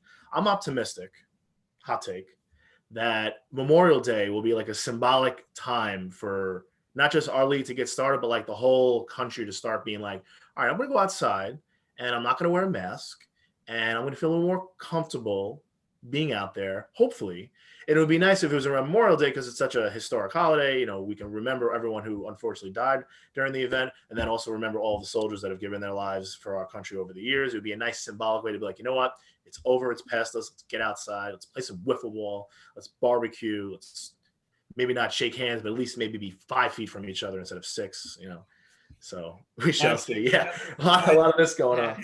A lot of guys. Well, what's great about wiffle ball is that you're 43.5 feet away. So you could play somebody one-on-one, and as long as you just have your own set of balls, like it seems like the perfect social distancing sport you got. Tyler, if you don't mind, I'd like to ask one question. Anthony, I'm Joey Jarzynka. That's Nick Partain, by the way. First off, cannot thank you enough for being here with us on the Primetime Rundown, and I love I love the shirt you're wearing, and I also love the Golden Stick Wiffle Ball logo in the background, and how you have it. The After Effects is absolutely gorgeous. Yeah. Now my question to you is that you and Tyler were just talking about making this a really fun summer event, and now with everything going on, is there someone specific that you are in contact with on, I don't know, maybe a weekly basis to try and get basically an update, just so you could potentially have guys that are paying their fees or whatever it is, and then they're thinking to themselves, well, am I going to get that money back? Or and I'm not saying that you guys wouldn't do that. I'm saying just the thought process of, are you seeing a decline in membership or vice versa, anything along those lines? I think those are all great points and fair questions. No, the decline in membership, no. The frustration, yes, is increased. The guys are ready to play. They know we're going to play at some point, whether it's in 3 events, 4 events, 1 event. So, and of course, if the whole season is a scrap, I'd be more than happy to give people their money back, because really a lot of that money pays for field permits, and if we're not going to play on a field, then give it back. My coworker, Rob Landrew, who also helps run New York and the rest of Golden Stick with me, he's been in contacts with the Nassau County Field Permit Department essentially on a pretty weekly, if not twice a week kind of basis, just giving us updates on, who's allowed at the park, what the deal is. And unfortunately, the most recent information, which we haven't made public yet, so consider yourself privy to this information, is they've extended the closure of the parks to May 15th, which now puts our May 17th date in jeopardy. I believe they only did it to the 15th because it's a Friday, and they know that parks are usually busy on weekends, so they wanted to maybe reserve the fact that maybe we can have it open that weekend. My biggest concern is that they can still have all these things going on in the park, but they're going to look at us as like, well, you've got 75 people here playing a wiffle ball tournament. That's a lot of people. Maybe we're not going to let you play. I don't know that. I hope that's not the case. I hope it's either like you can play or the park is closed, you can't play. I would hate to then be like, yeah, the park's open, no problem, but you can't play because you have too many people. That'd be like, which would be the most ironic thing to ever happen, right, Tyler? Yeah. Now we have too many people. Now we can't play. It's a problem to have too many people. Yeah, I remember there was plenty of times way back when we were scrapping for teams because people would back out 12:01 Sunday morning. And, oh my God. Actually, I do have a question for you now. Depending on if they actually capped out how many people we could have on the field at once, would we split into maybe 2 or 3 sections throughout the park? That's a very fair point. We do have access to the other field if it's available, and even if it's not in great shape, if that's what it takes to play whiffs, then yeah, I'd be willing to do that. Wouldn't be that big a deal. Set up 4 fields here, 4 fields there, or 3 and 4. We've become very good at making fields now in a variety of locations. So I'm not really worried about, we have to like make fields. Like that's the least of my concerns. I'm more concerned about like, where can we do it and are we going to be allowed to? So, but yeah, listen, we're going to do everything we can to play wiffle ball. We're definitely not going to take the easy way out and be like, we're just not going to run events this year. That's like the farthest thing from my mind specifically. And I know Rob and other guys who want to run. In fact, we had a meeting the other day on Zoom with some other guys from Fast Pitch about just like, hey, what are we doing? Like, is there going to be an opening again this year? Like, are we going to, people want to start booking flights and we're afraid that, to book flights and, the deal. So people are chomping at the bit to play whiff. So the last thing we want to do is deprive them of that. But there's only so much we can do, unfortunately. Yeah, we're all in a position where this is really out of everybody's hands. One more thing I want to touch up on really quick. I know I said that probably 3 questions ago. But for anybody, while we're sitting around in this quarantine or self-quarantine with no work, no sports, do you have any kind of a platform that people could listen to just general wiffle ball talk? Oh, that is a great leading question, Tyler. That is true. Actually, so since Fall League, even actually before that, since the open of our and the end of our season championship last year, we started this podcast called the Let's Go Sunday podcast, which essentially the reason why it's called Let's Go Sunday is there's a historic video of this team called Neef that was playing in Texas in 2008, and they had a big home run to get them to Sunday, which was like, the second half of the tournament. And the guys just running around, let's go Sunday, So it became this like rallying cry at every tournament, whether it's on a Thursday or a Tuesday, it doesn't matter. It was like, let's go Sunday. It became a metaphor of getting to the championship. So we all felt like this could be a great name for a podcast. So we're called the Let's Go Sunday podcast. We usually try to stream live on Facebook Sunday mornings during the season. Now that we're not in the season, we've been recording, like you guys are doing, using Zoom as a platform, just having, going on Instagram live, trying to get people on. So on YouTube, we have a New York Golden Stick account and then the @Golden Stick Vids. Soon, we're actually in the process of working on it, putting a nice playlist together of all of our Let's Go Sunday podcasts, so they'll be available for everybody to listen to. There's also hundreds of other wiffle ball podcasts out there. There's our friend James Stein does a podcast called Shut Up Stein. There's a Major League Wiffle Ball podcast whose name is slipping my mind right now. But if you just simply Google Wiffle Ball podcast, there's a lot of material out there to listen to. And so it'd be really, actually one of them is calling me right now. I have to ignore it, Ed Packer. Hate to see it. So he's not that important. He's only one of the greatest players. No big deal. Yeah, one of the greatest. But yeah, so our YouTube channel is going to have all these Let's Go Sunday podcasts. They're on Facebook already, at Golden Stick on Facebook. So yeah, look for us. I'm going to be posting and dropping a new video on Sunday morning, hopefully, and then trying to go live as well again. But just like you guys, we're trying to learn what we can do, what we can't do in this quarantine, what's good media, what's bad media. We all want to throw a bunch of stuff out there because everyone's looking for stuff, but that doesn't mean it should be garbage. You want it to still be nice, and that's why I try my best with the graphic. I can't take credit for this. My friend Andrew put it together. He just showed me how I can throw it on the TV and on YouTube app and just run it. I'm like, this is great. And then this is my Adam Schefter lookalike bookcase. Unfortunately. And Tyler, in case you were curious, I don't know if you guys are from the Levittown area as well. Yes, those are Levittown Central trophies up there. Wow. So classic memorabilia here in the Dioria household. So the last thing I want to get to you with you today, we're going to take off the commissioner hat for a minute. We're going to put on the player hat. Oh. Breaking news, 5 last things, Tyler said. Yeah, I was just going to say that as well. Well, no, that was the last thing of the commissioner part. We're going to get to now, this is the first thing of the commission, the non-commissioner. Yeah, this is the first of the non-commissioner.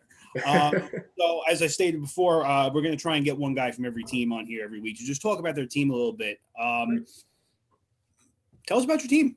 Sure. My team name is the Players. That's been my franchise since I came in as a owner in 2011.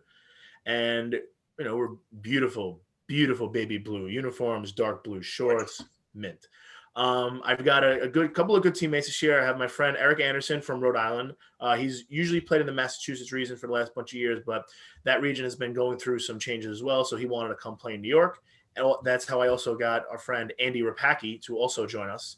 He's from the Massachusetts area. So I actually have 2 guys traveling from New England to New York to play in wiffle ball. So that just shows you the scope of the league. And then our friend Drew Santora, who's been on my team for years, unfortunately is going to be more on a part-time basis this year. Wife, kids, job, especially with the stuff going on now. He wanted to take a break. No problem. And then finally, my biggest free agent acquisition in a long time, probably since Drew, is Nick Niff Mantulo. Originally, he used to play on that team Niff that I mentioned earlier. He played on the Dead End Kids last year. He's been around West for a long time. He's the man. He also is a avid wrestling addict, and I love that we have some WWE energy on the team now, and I know you can definitely appreciate that. Oh, yeah. Who do you think he looks like? I know he looks like somebody. I don't know. He kind of looks like the Undertaker.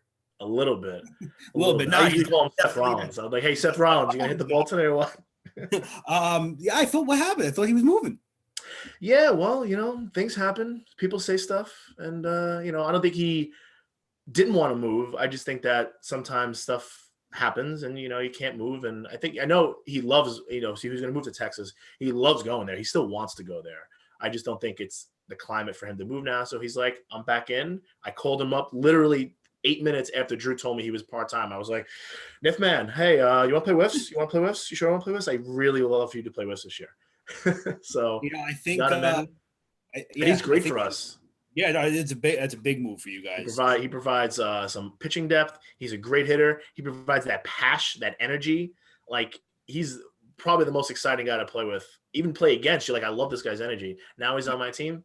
We're I'm so pissed we haven't played yet because I'd be so excited for the home opener on the opening day in a couple of weeks, and we would go out there. We're ready to run all over everybody this year, hopefully. But we're very excited as an organization, definitely. Yeah, I mean, players. Yeah, I feel you. Definitely brings you a lot of energy to the table. Definitely brings that. You want to talk wrestling terms. He brings the charisma. He's the guy. Even if you're having the worst day in the world at Whiffs and you have to play him in your last game, you're going home smiling. There's no question. Yeah. But he could tell you what he wants to tell you. He couldn't give up Golden Stick. That's why he's here. Because he was going to go to Texas and probably within 3 months be like, hey, so I found 4 teams and we're going to run a Golden Stick event here. I'd be like, great, I'm getting on a plane right now. Yeah, no, but you know what? It would have been win-win. We keep NIF or Golden Stick, Texas. I'd say Golden Stick's become this like cult following now. Guys can't, once they get a taste of it, they can't live without it. They crave it. I feel you. It's like I said, it's definitely addicting. Little short story. When I got into the league, I reached out at the time when Rob was running everything by himself. Reached out, got involved. I got on my first team. I showed up. We were supposed to have 6 people on the team. 3 people never showed up. Paid for the uniforms, and no one ever heard from them again. I ended up, I ended up with Tom Polly, who's turned into another face of Golden Stick young guy. Superstar. Yeah, superstar now. And who else was on the team at the time? Chris Bayo. Right. That guy. But yeah, I mean, that was in the Bay Park days back in Far Rockaway. Or East Rockaway, correct me if I'm wrong. Correct, East Rockaway. That was it was. I remember we got blasted our first day. We lost all 6 games in the old format. But it's you could lose every game in mercy rule, or you can win every game on a walk off, and there's no way you're not coming back the second time. I appreciate you saying that. It's a lot of fun out there. Yeah, I mean, we all went through our downsides. I feel like I've always been on teams that have been like right there, and never been on like a great team. So it's even more fun when you win because you know you've worked really, really hard to get to that W. And then, when you look at the clock and you're like, oh, it's 3:30 and I'm still playing. It's been a good day, and it's satisfying, definitely. Yeah, definitely the unwritten rule of thumb in Golden Stick, especially for us, is if you're still playing wiffle ball around 4:30, you're having a good time. You're having a good day. Good day. Yeah, I agree. Anthony, I can't thank you enough for coming on the show. Everybody, remember, you can find Golden Stick on Facebook, Instagram, YouTube at Golden Stick Vids or Golden Stick Vids New York. Also, look for them with their Let's Go Sunday podcasts. You can find that on YouTube, and you can look for their clips on Facebook. Hey, man, listen, appreciate you guys letting me on the show. I hope all is well with all your friends and family. Everyone stay safe. Joey and Nick and Tyler, thank you so much. And talk to you guys soon. Stay safe. Stay well. Thank you Thank you for coming. Thank you so much, Anthony. And I do hope, I'm sure we'll definitely see you again for sure. Your friends, your family, and yourself all stay safe. Cannot thank you enough for joining us here on the Primetime Rundown right here on the Eastern Observer. Anthony Dioria, everybody. Andy, thanks so much for joining us here. Ladies and gentlemen, let's keep it moving here on the Primetime Rundown, episode number 21. Cannot thank Tyler for doing such an amazing job with this right now. Being the moderator, Tyler, this is a different thing. We'll have to give you a grade on it after the show. Yeah, I think you might have to watch out for your job, but whatever. Oh yeah, hey, listen, get Joey out of here, and this seems to be a good path. So I mean, when you become all big and famous, I'll just throw you out of your basement, and we can do the show. Yeah, absolutely. We're still in his basement. That would be great. Yeah, right. That would be something. Definitely. Love Karen on as our third. There you go. I was gonna say Karen will definitely welcome you guys into my home as always. But we like Karen more than we like you. Yeah, well, that's what Nick tells. Say Nick says that all the time. And the rest of my friends actually. Moving forward here on number 21 of the Primetime Rundown. Once again, ladies and gentlemen, alongside Tyler, Adelle, Nick Partain, I'm Joey Jarzynka. Cannot thank you all enough for joining us here on this Good Friday evening, 7:23 here on the East Coast. We still have another 37 minutes. I had to get the math right there, Nick. 36 minutes. 36 minutes left to go here on episode. Please, I don't need the nastiness. Thank you. I can't even say it. It's You want me to take your job? Yeah. Mind-boggling. Mind-boggling once I say this, and this is not one to smile about. This hurt me as someone who's worked in college sports and still does, and just morally and for genuine knowledge of the situation. A few days ago, actually yesterday, we saw a tweet come from multiple sources, one of which being 24/7 Sports. And Oklahoma State football head coach Mike Gundy, he released this statement regarding the COVID-19 pandemic. And he said this, quote, the NCAA, the presidents of the universities, the Power Five conference commissioners, the athletic directors need to be meeting right now, and we need to start coming up with answers. The end quote. The Oklahoma State head coach said inside a near hour-long teleconference that included a 20-minute monologue to start off. Quote, in my opinion, we need to bring our players back. They are 18, 19, 20, 21, and 22 years old, and they are healthy, and they have the ability to fight this virus off. If that is true, then we sequester them and continue because we need to run money through the state of Oklahoma, end quote. Fellas, I need to ask you this because I don't think I should start because I could probably go until 7:58 and absolutely destroy what head coach Mike Gundy said in a teleconference, which I just read. Guys, your thoughts on this? He just doesn't get it.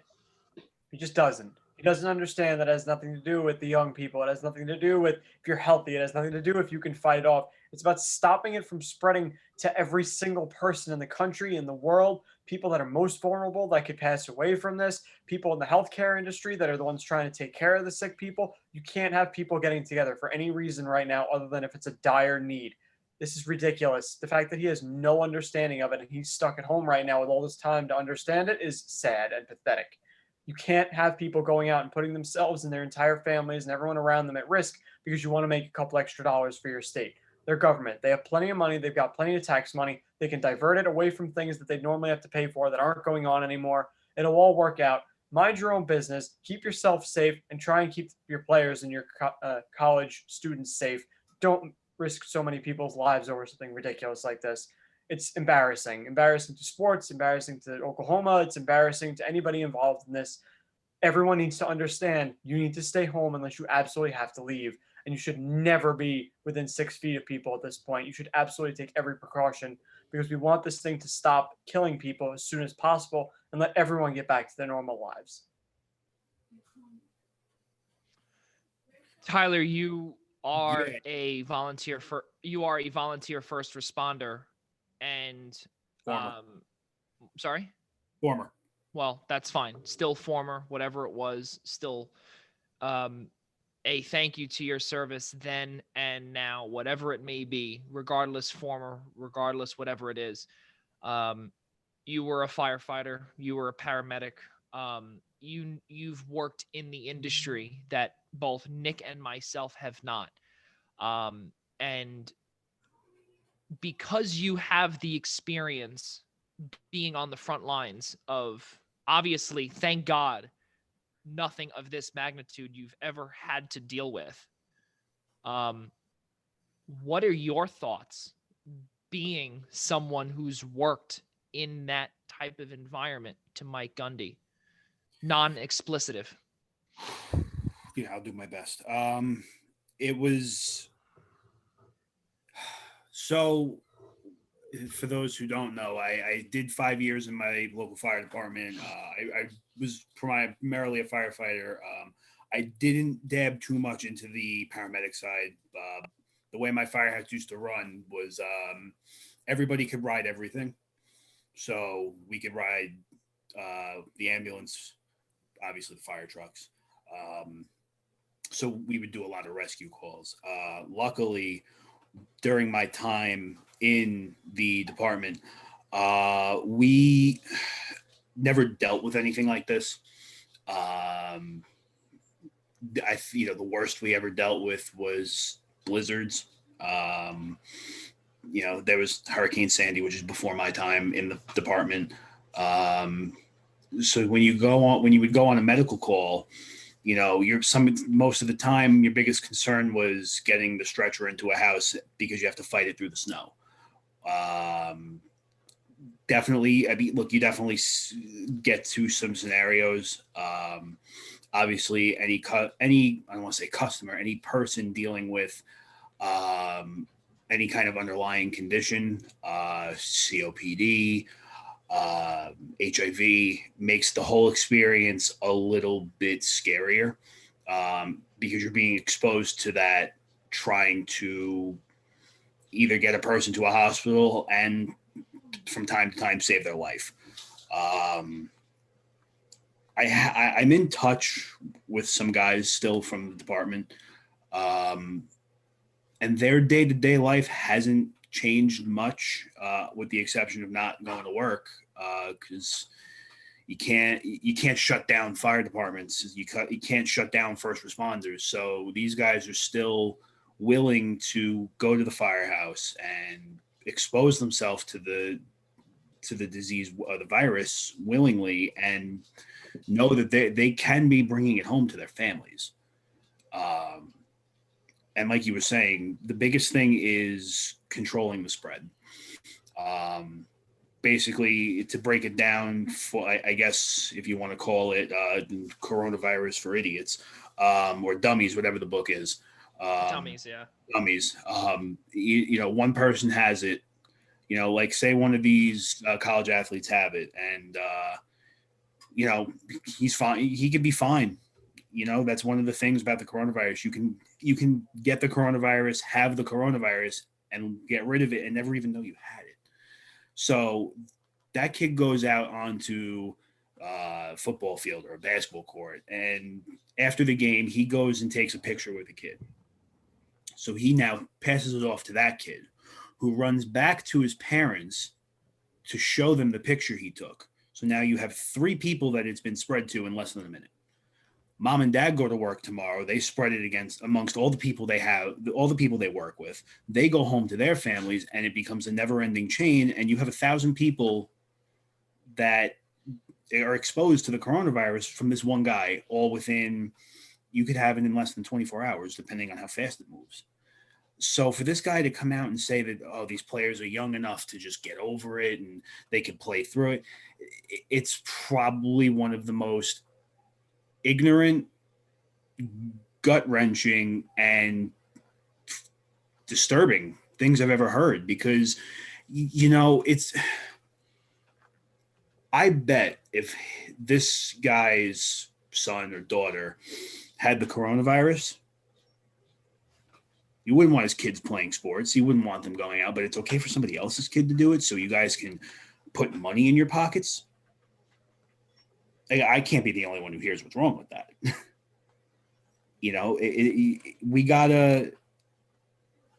The reason why it's not slowing down is because of morons like this guy who just don't care. We're all in New York. We're being told if we're going out to stores, we got to wear a mask and wear gloves. This guy's probably the guy who's going out, no mask, no gloves, just walking through the store, touching everything, coughing in his arms, and banging on every restaurant's door at night because he's trying to grab a meal.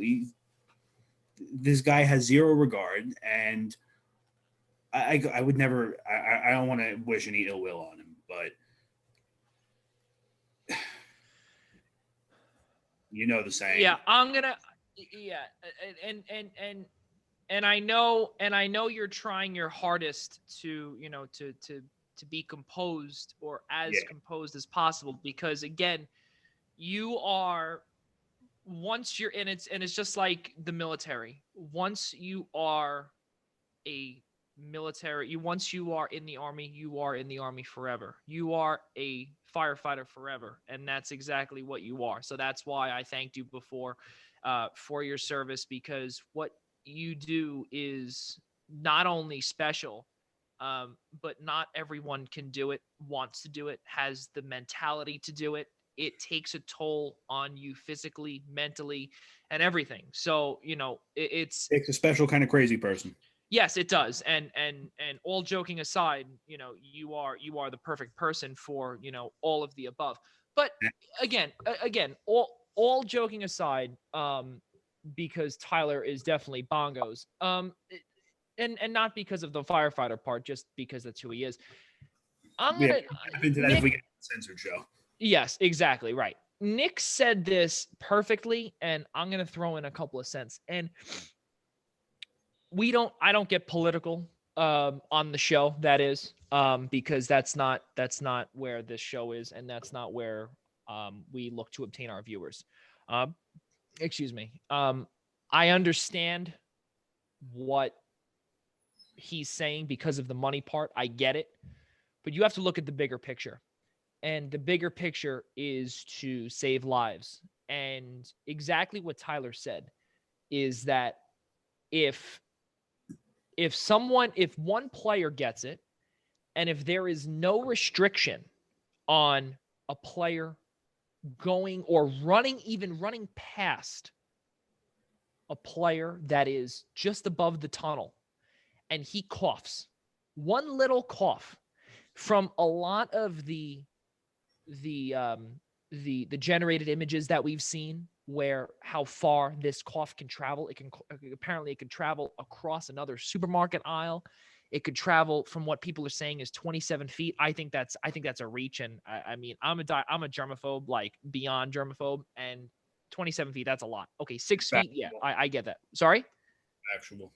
Right. So 27. I mean, yeah, no, factual. That's very accurate. I mean, but it also depends on like the elements, I guess. I mean, right. Well, that's what I was saying, is that one strong wind, if that is the case, one strong wind of 27 feet, that could potentially double. Well, forget about one strong wind. You go into a supermarket and it's humid. That thing, you're going to cough and it's going to linger. Right. Exactly. Even if it goes 5 feet, it's going to go 5 feet, but hang out in that big cloud. Right. And that's the biggest thing that I see here. I see ignorance. I see arrogance. I also see some, mental issue, obviously, with the fact that he's probably been cooped up at home. I get where he's going with it. But if he were to get it, or his entire coaching staff were to get it, then you know what? Then I think he'd have a different mindset. If his wife, if his children were to get it, if a family member were to get it, he wouldn't be even those words would never even utter out of his mouth. And I think that is the most disgusting thing that I've ever seen in a very long time, or potentially ever. And not only is it arrogant, it's ignorant, it's selfish. That's the worst part about it.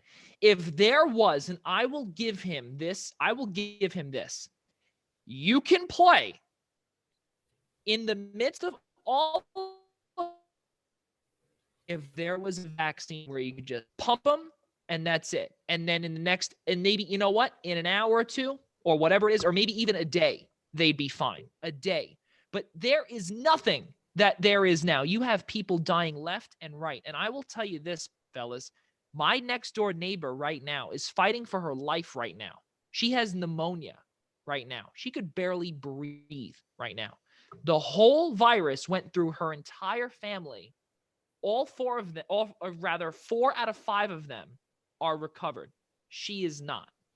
And it's scary, because if that was Mike Gundy's wife, we would not be having this conversation. I can't even discuss this any longer, and I don't think any of us should anymore. And I'm sorry I had to bring that up, but that was something massive in the news that was just disgraceful. And I even saw it on ESPN as well. I would like to think that this guy is not going to have a job too much longer. I don't know about that, because he is a pretty good coach. I don't care how good of a coach you are. If you want to go out and say something stupid like that, you don't deserve it. Well, then it's gonna be one hell of a job for the spokesperson of, or the SID of Oklahoma State football, to try and figure out how to put out the fire, if you will, from that.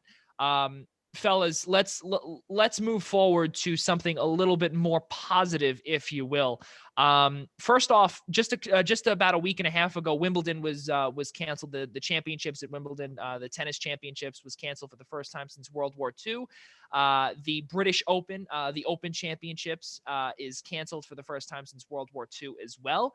The Masters intends, quote unquote, intends to be rescheduled until November. I think, as both of you know, I'm an avid golf fan. I love golf. And I think that I always think of the Masters as like the beginning of my summer.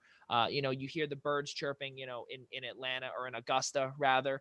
And, you see the guys on the golf course, and it's just, that summer's coming up here in New York. And, obviously, the trees don't, the leaves don't begin to bloom right away here, because it is still cold. Obviously today it was freezing.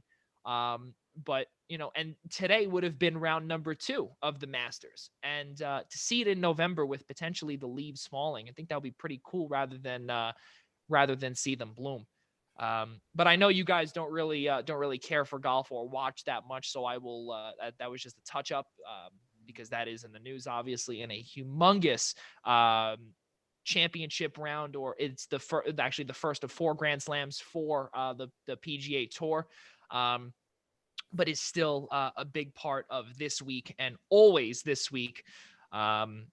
As we said, the Masters intends to be rescheduled till November. But the biggest one that we just got, actually, the biggest bombshell that we got a couple of days ago, I believe it was yesterday, actually, when Tyler texted it to me, UFC 249 and 250 were canceled. And I wrote down in our prompt, finally.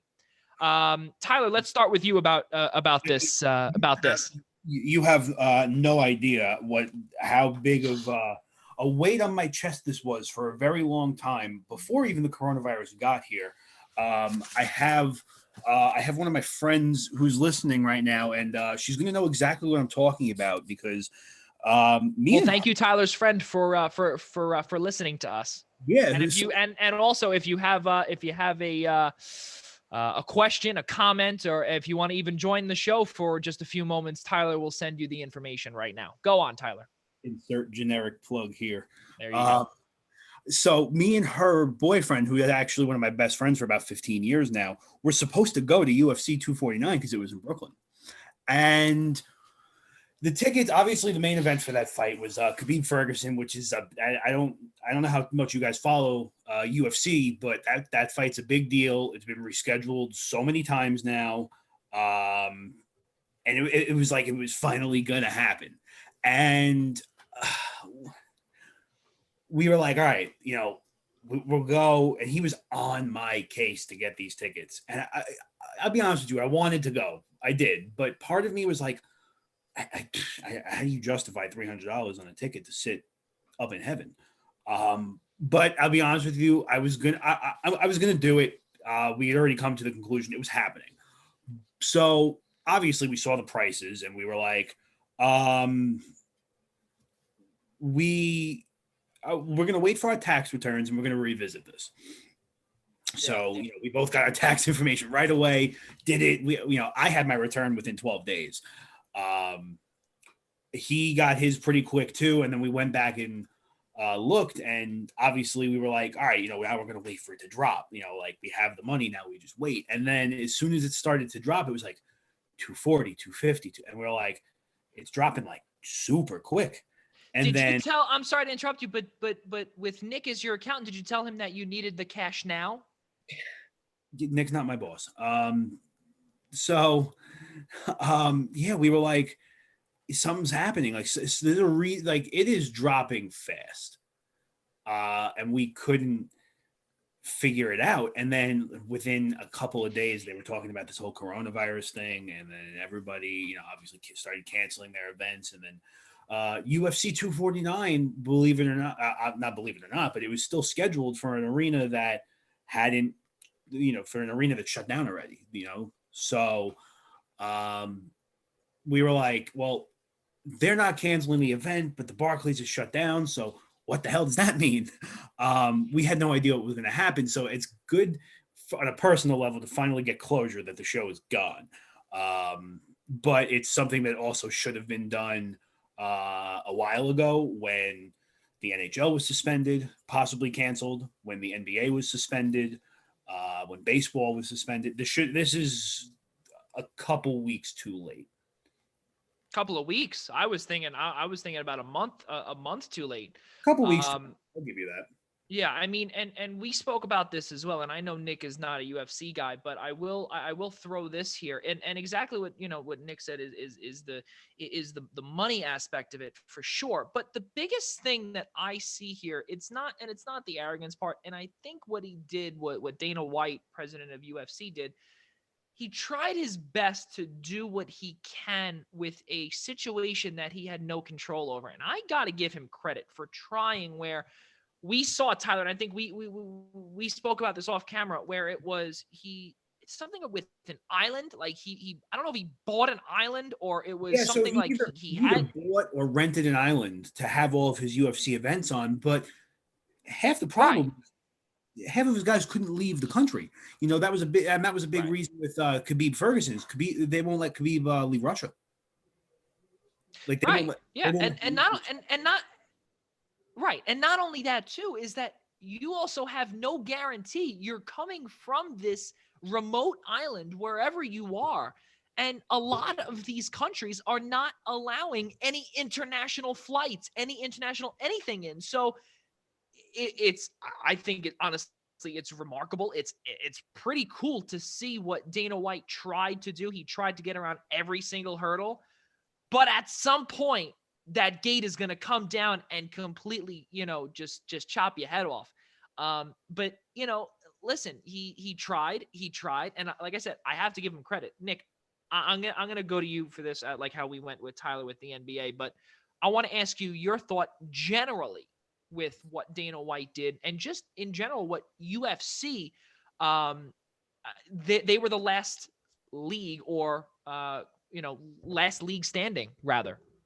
So to have them fight, they have to be in contact with each other. So why was he trying to do this? He's another guy who doesn't get it. Like, why are you promoting human contact? What are you not understanding about this virus? Like that, even if it's just them two on a remote island, if one of them had it and gave it to the other one, they're bringing it back to their family and the spread continues.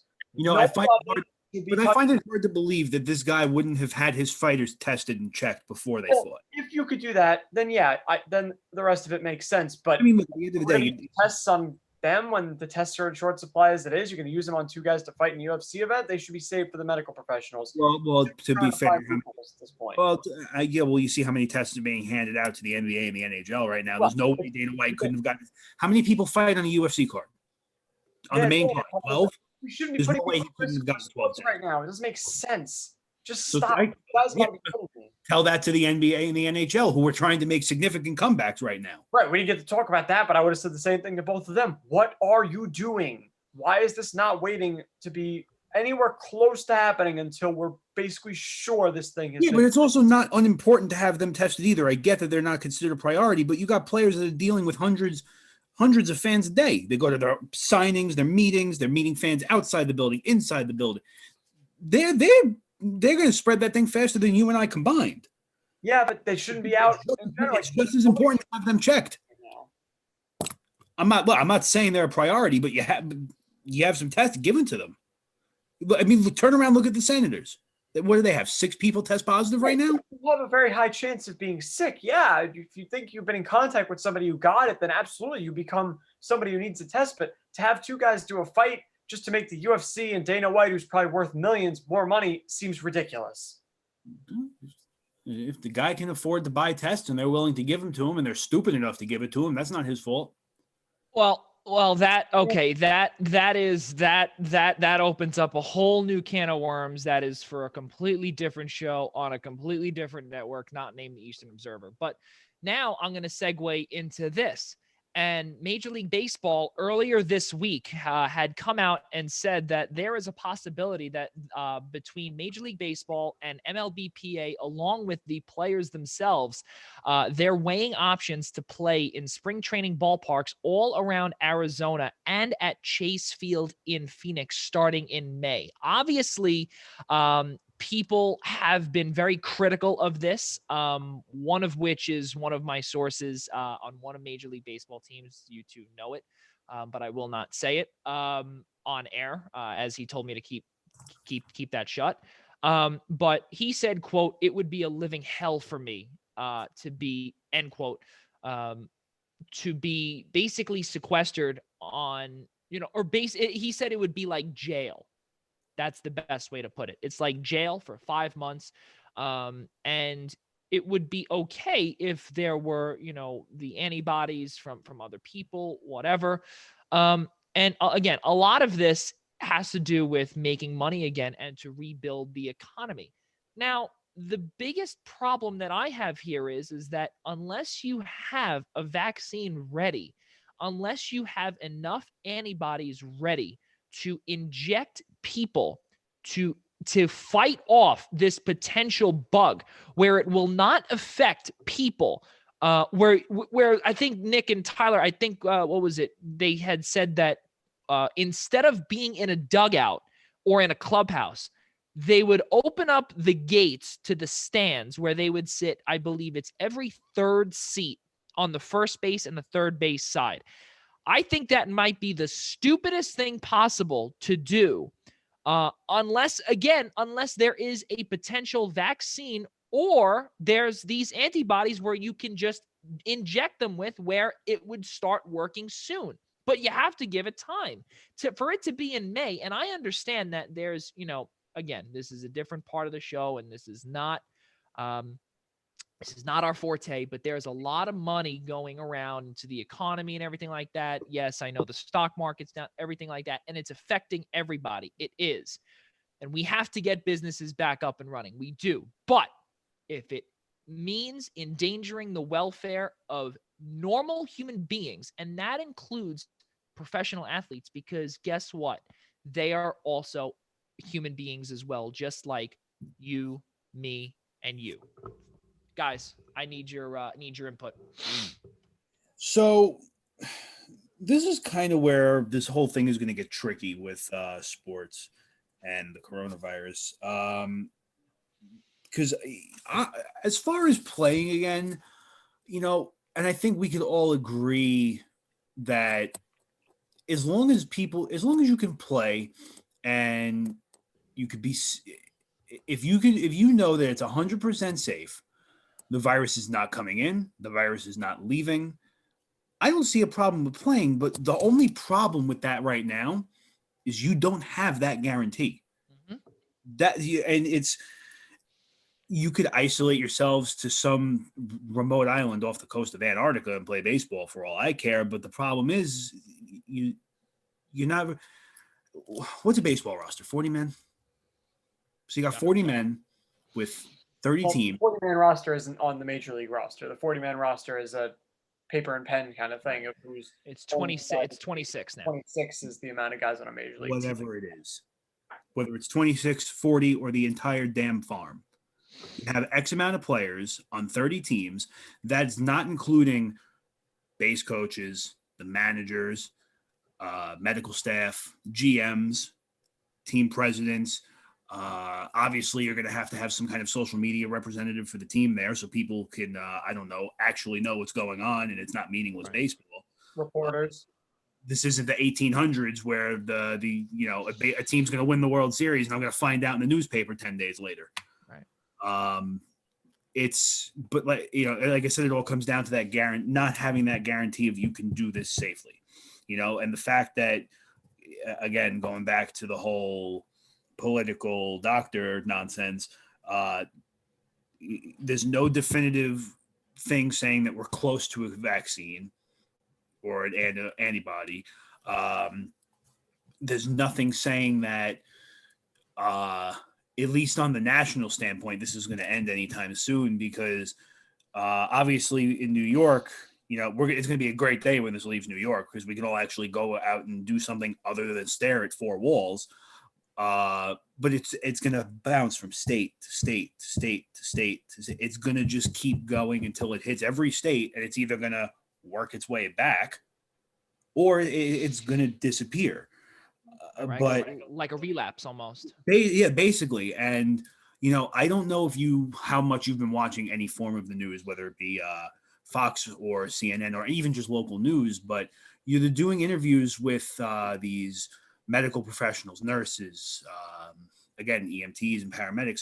And the other day, something that caught my attention was one nurse came on and said, she felt, quote, even worse the second time with the coronavirus. And it caught obviously not only myself and my mother, but caught all the guys on the news off guard too. They're like, what do you mean the second time?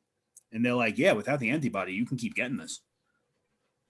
Right. Well, because and something that I've heard also is that there's different strains of this now, and that's all. And from what I'm told is that, or from what I've seen on the news is that's or what I've seen online rather. I'm not going to say that is the case, but I've seen rumors of that. I'm not the news, but I'm just saying what I've seen and heard. So with that being said, I think that it hurts. It's gonna keep hurting. We're gonna all get through this, and we're gonna enjoy sports when it comes back. I think more than we ever would, and I know me who works in it, and exactly what Nick said. I'm gonna take what Nick said here, and it's I don't think and me to that works in it.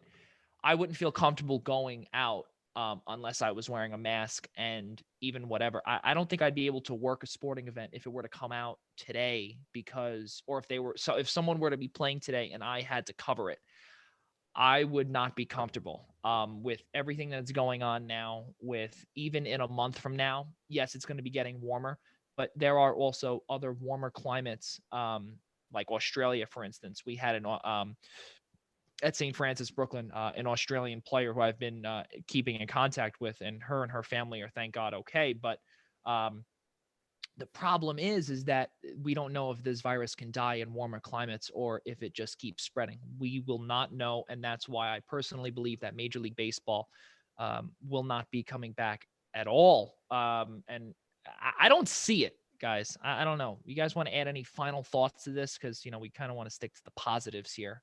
Yeah, I think really no positives.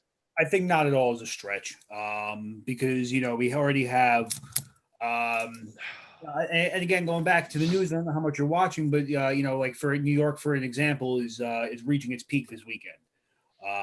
Obviously, so they say. Yes. So it's one of those things where even say it truly is peak, and we're getting ready to start sliding down the hill. That's great, but that doesn't also mean to start running outside and doing things. So even if they say we're safe tomorrow, baseball still doesn't start for 2 months anyway. So there's no rush to get this done. The biggest concern looking at the MLB coming out of the coronavirus is when they can start playing legitimately and how many games they're going to get in. And it's going to, the whole thing is just, and again, it's nobody's fault. Nobody did anything wrong. But it's one big cluster of what's everybody going to do? Because MLB, it's just, it's not like football where you go and play every Sunday for 2.5 hours, barely do anything, mind you. That's my little shot at the NFL, and then go home for 6 days. MLB, you play at 7, you're done by 9:30, and you're awake at 11 o'clock to start batting cages. And it's to try and do all this and still do 162 games like they want to do. They're out of their minds. It's never going to happen. So I couldn't genuinely tell you what they're going to do. But I don't see baseball being canceled. Nick, your thoughts, your final thoughts on this unfortunate news and negative stuff that we're dealing with involuntarily. I will mention one thing. This all started because a rumor came out that baseball is looking to have a plan in place to start in November. You can't blame the commissioner for having plans in place. That's their job right now, is to have every contingency covered and have a plan ready for no matter what happens. So as long as it doesn't get pushed into action before it should be, I understand why Rob Manfred and Dana White are trying to have things ready in case they get the okay and they can do it safely. But that's the key word, like Tyler said. Nothing should be done unless it's 100% safe, and you know you're not going to make this thing any worse, and you're not going to put people in danger. If it's safe to do so, put plans in place. If they have to play games behind closed doors and open up the stands and all these weird things that we're seeing as strange, the teams are going to keep planning to try and have something prepared in case they're given the green light. But as long as the powers that be prevent it until it's 100% safe, then I understand these rumors coming out and these weird things being proposed and talked about, because that's all we got right now is you have to plan and be ready for any type of scenario. So I hope they don't do anything until it's safe, but I get that plans are coming out.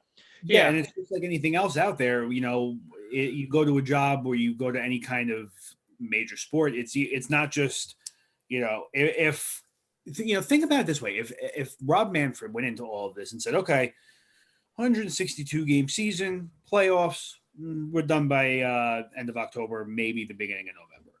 And that's just what they rode with. If they went into this without plan B, plan D, plan C, plan D, and so on, could you imagine what the hell would be happening with the MLB right now? They would have absolutely no idea how to even brainstorm something to do to figure this out. So I don't, like I said, going back to what Nick said, I do not blame him at all for doing what he can, or at least throwing out the idea. But this is probably, of all of the sports, the least likely idea I've heard so far. Well, moving on to a more positive note, the Professional Basketball Hall of Fame they've announced that Kobe Bryant, Kevin Garnett, Tamika Catchings, and also, let's not forget, the immortal Tim Duncan, rather. They're going to be inducted into the Hall of Fame this year. Unfortunately, posthumously, for my man Kobe Bryant, right behind me is, underneath this banner, is the black Lakers jersey that usually is behind Nick's head here. But it's sad.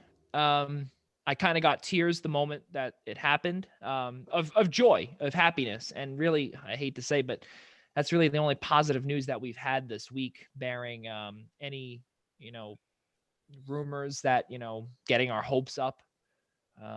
But your thoughts on our childhood really coming to an end, guys? This is, it just, every year it almost seems like it's, obviously, obviously every year.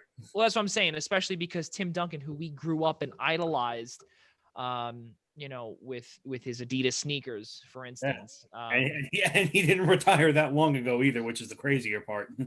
I mean, as far as, like, I'm sure we all know that in all sports, there's an eligibility. You need to wait before you can get into the Hall of Fame. And I wish the eligibility for Kobe would have been 1 year earlier. If we had all known what was going to happen, it happened. I think we would all say the same thing, because unfortunately, it's always unfortunate to lose somebody, especially the way we lost Kobe. But if anybody in any of the four major sports deserved to sit and appreciate and watch themselves get cemented in their sports history, there's not a single person you can name that deserved it more than he did, to be able to see himself go in. Nick? Yeah, it's unfortunate that he wasn't able to see it. At least his family was there. They made it a big celebration. He's been honored in so many ways that I'm sure he's looking down on us and happy that we've celebrated everything that he's achieved, all the things that he was so passionate about, not just his game, but growing the women's game, his daughter Gigi, his wife, all the things that made him such an amazing ambassador for basketball. And it's nice to see it all celebrated once again. But yeah, it was sad that he wasn't able to be a part of it. But it really is incredible every year, every Hall of Fame induction in every sport to see guys that we grew up watching and to say that, wow, not only are they retired now, they've been retired long enough to be inducted in the Hall of Fame. I think that's so crazy. It's weird. These guys our whole lives, and then it's like, not only are they retired, they're Hall of Famers now. Like, how old are we? This is ridiculous. It's so weird to see these guys pass so quickly from superstars we watched every night to guys that are now in the Hall of Fame. It's very wild. It's surreal to see, and especially with how good this class was. Yeah. It was really, really, really cool to see three big pillar names: Kevin Garnett, Tim Duncan, and Kobe Bryant all going together, being such legendary players. Oh yeah.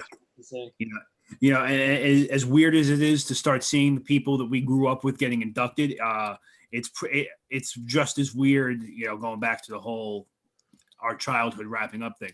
I don't think anything has been weirder in my life so far than watching people younger than me getting drafted to sports. I don't like it, and I feel old. Way younger than us now. Oh yeah, well, what are we all? Not even close anymore. But yeah, that's when it started hitting me when I was like 20, and I'm like, that guy's 19 getting. I turned 18 the year that Aaron Ekblad was drafted, and I'm just watching this, and I'm like, this kid's my age, and he's got a solid foot on me, and like a solid 120 pounds of muscle and anger. Yeah, it's crazy to think about. Yeah. How young these guys are. My brother is just graduating high school, so now he's like the same age as kids getting drafted. I still think of him as a little kid. It's like, oh my God, that's the age these guys are. Oh, dude, it's wild. Like I you guys both know I do still do some work in the schools, and it's like I'm walking through like the elementary school, the middle school to go to work, and it's just, oh my God, it feels like I was here like a week ago. Yep, same thing. I do a lot of work for schools too. It's surreal every single time, and they're still freaking taller than me.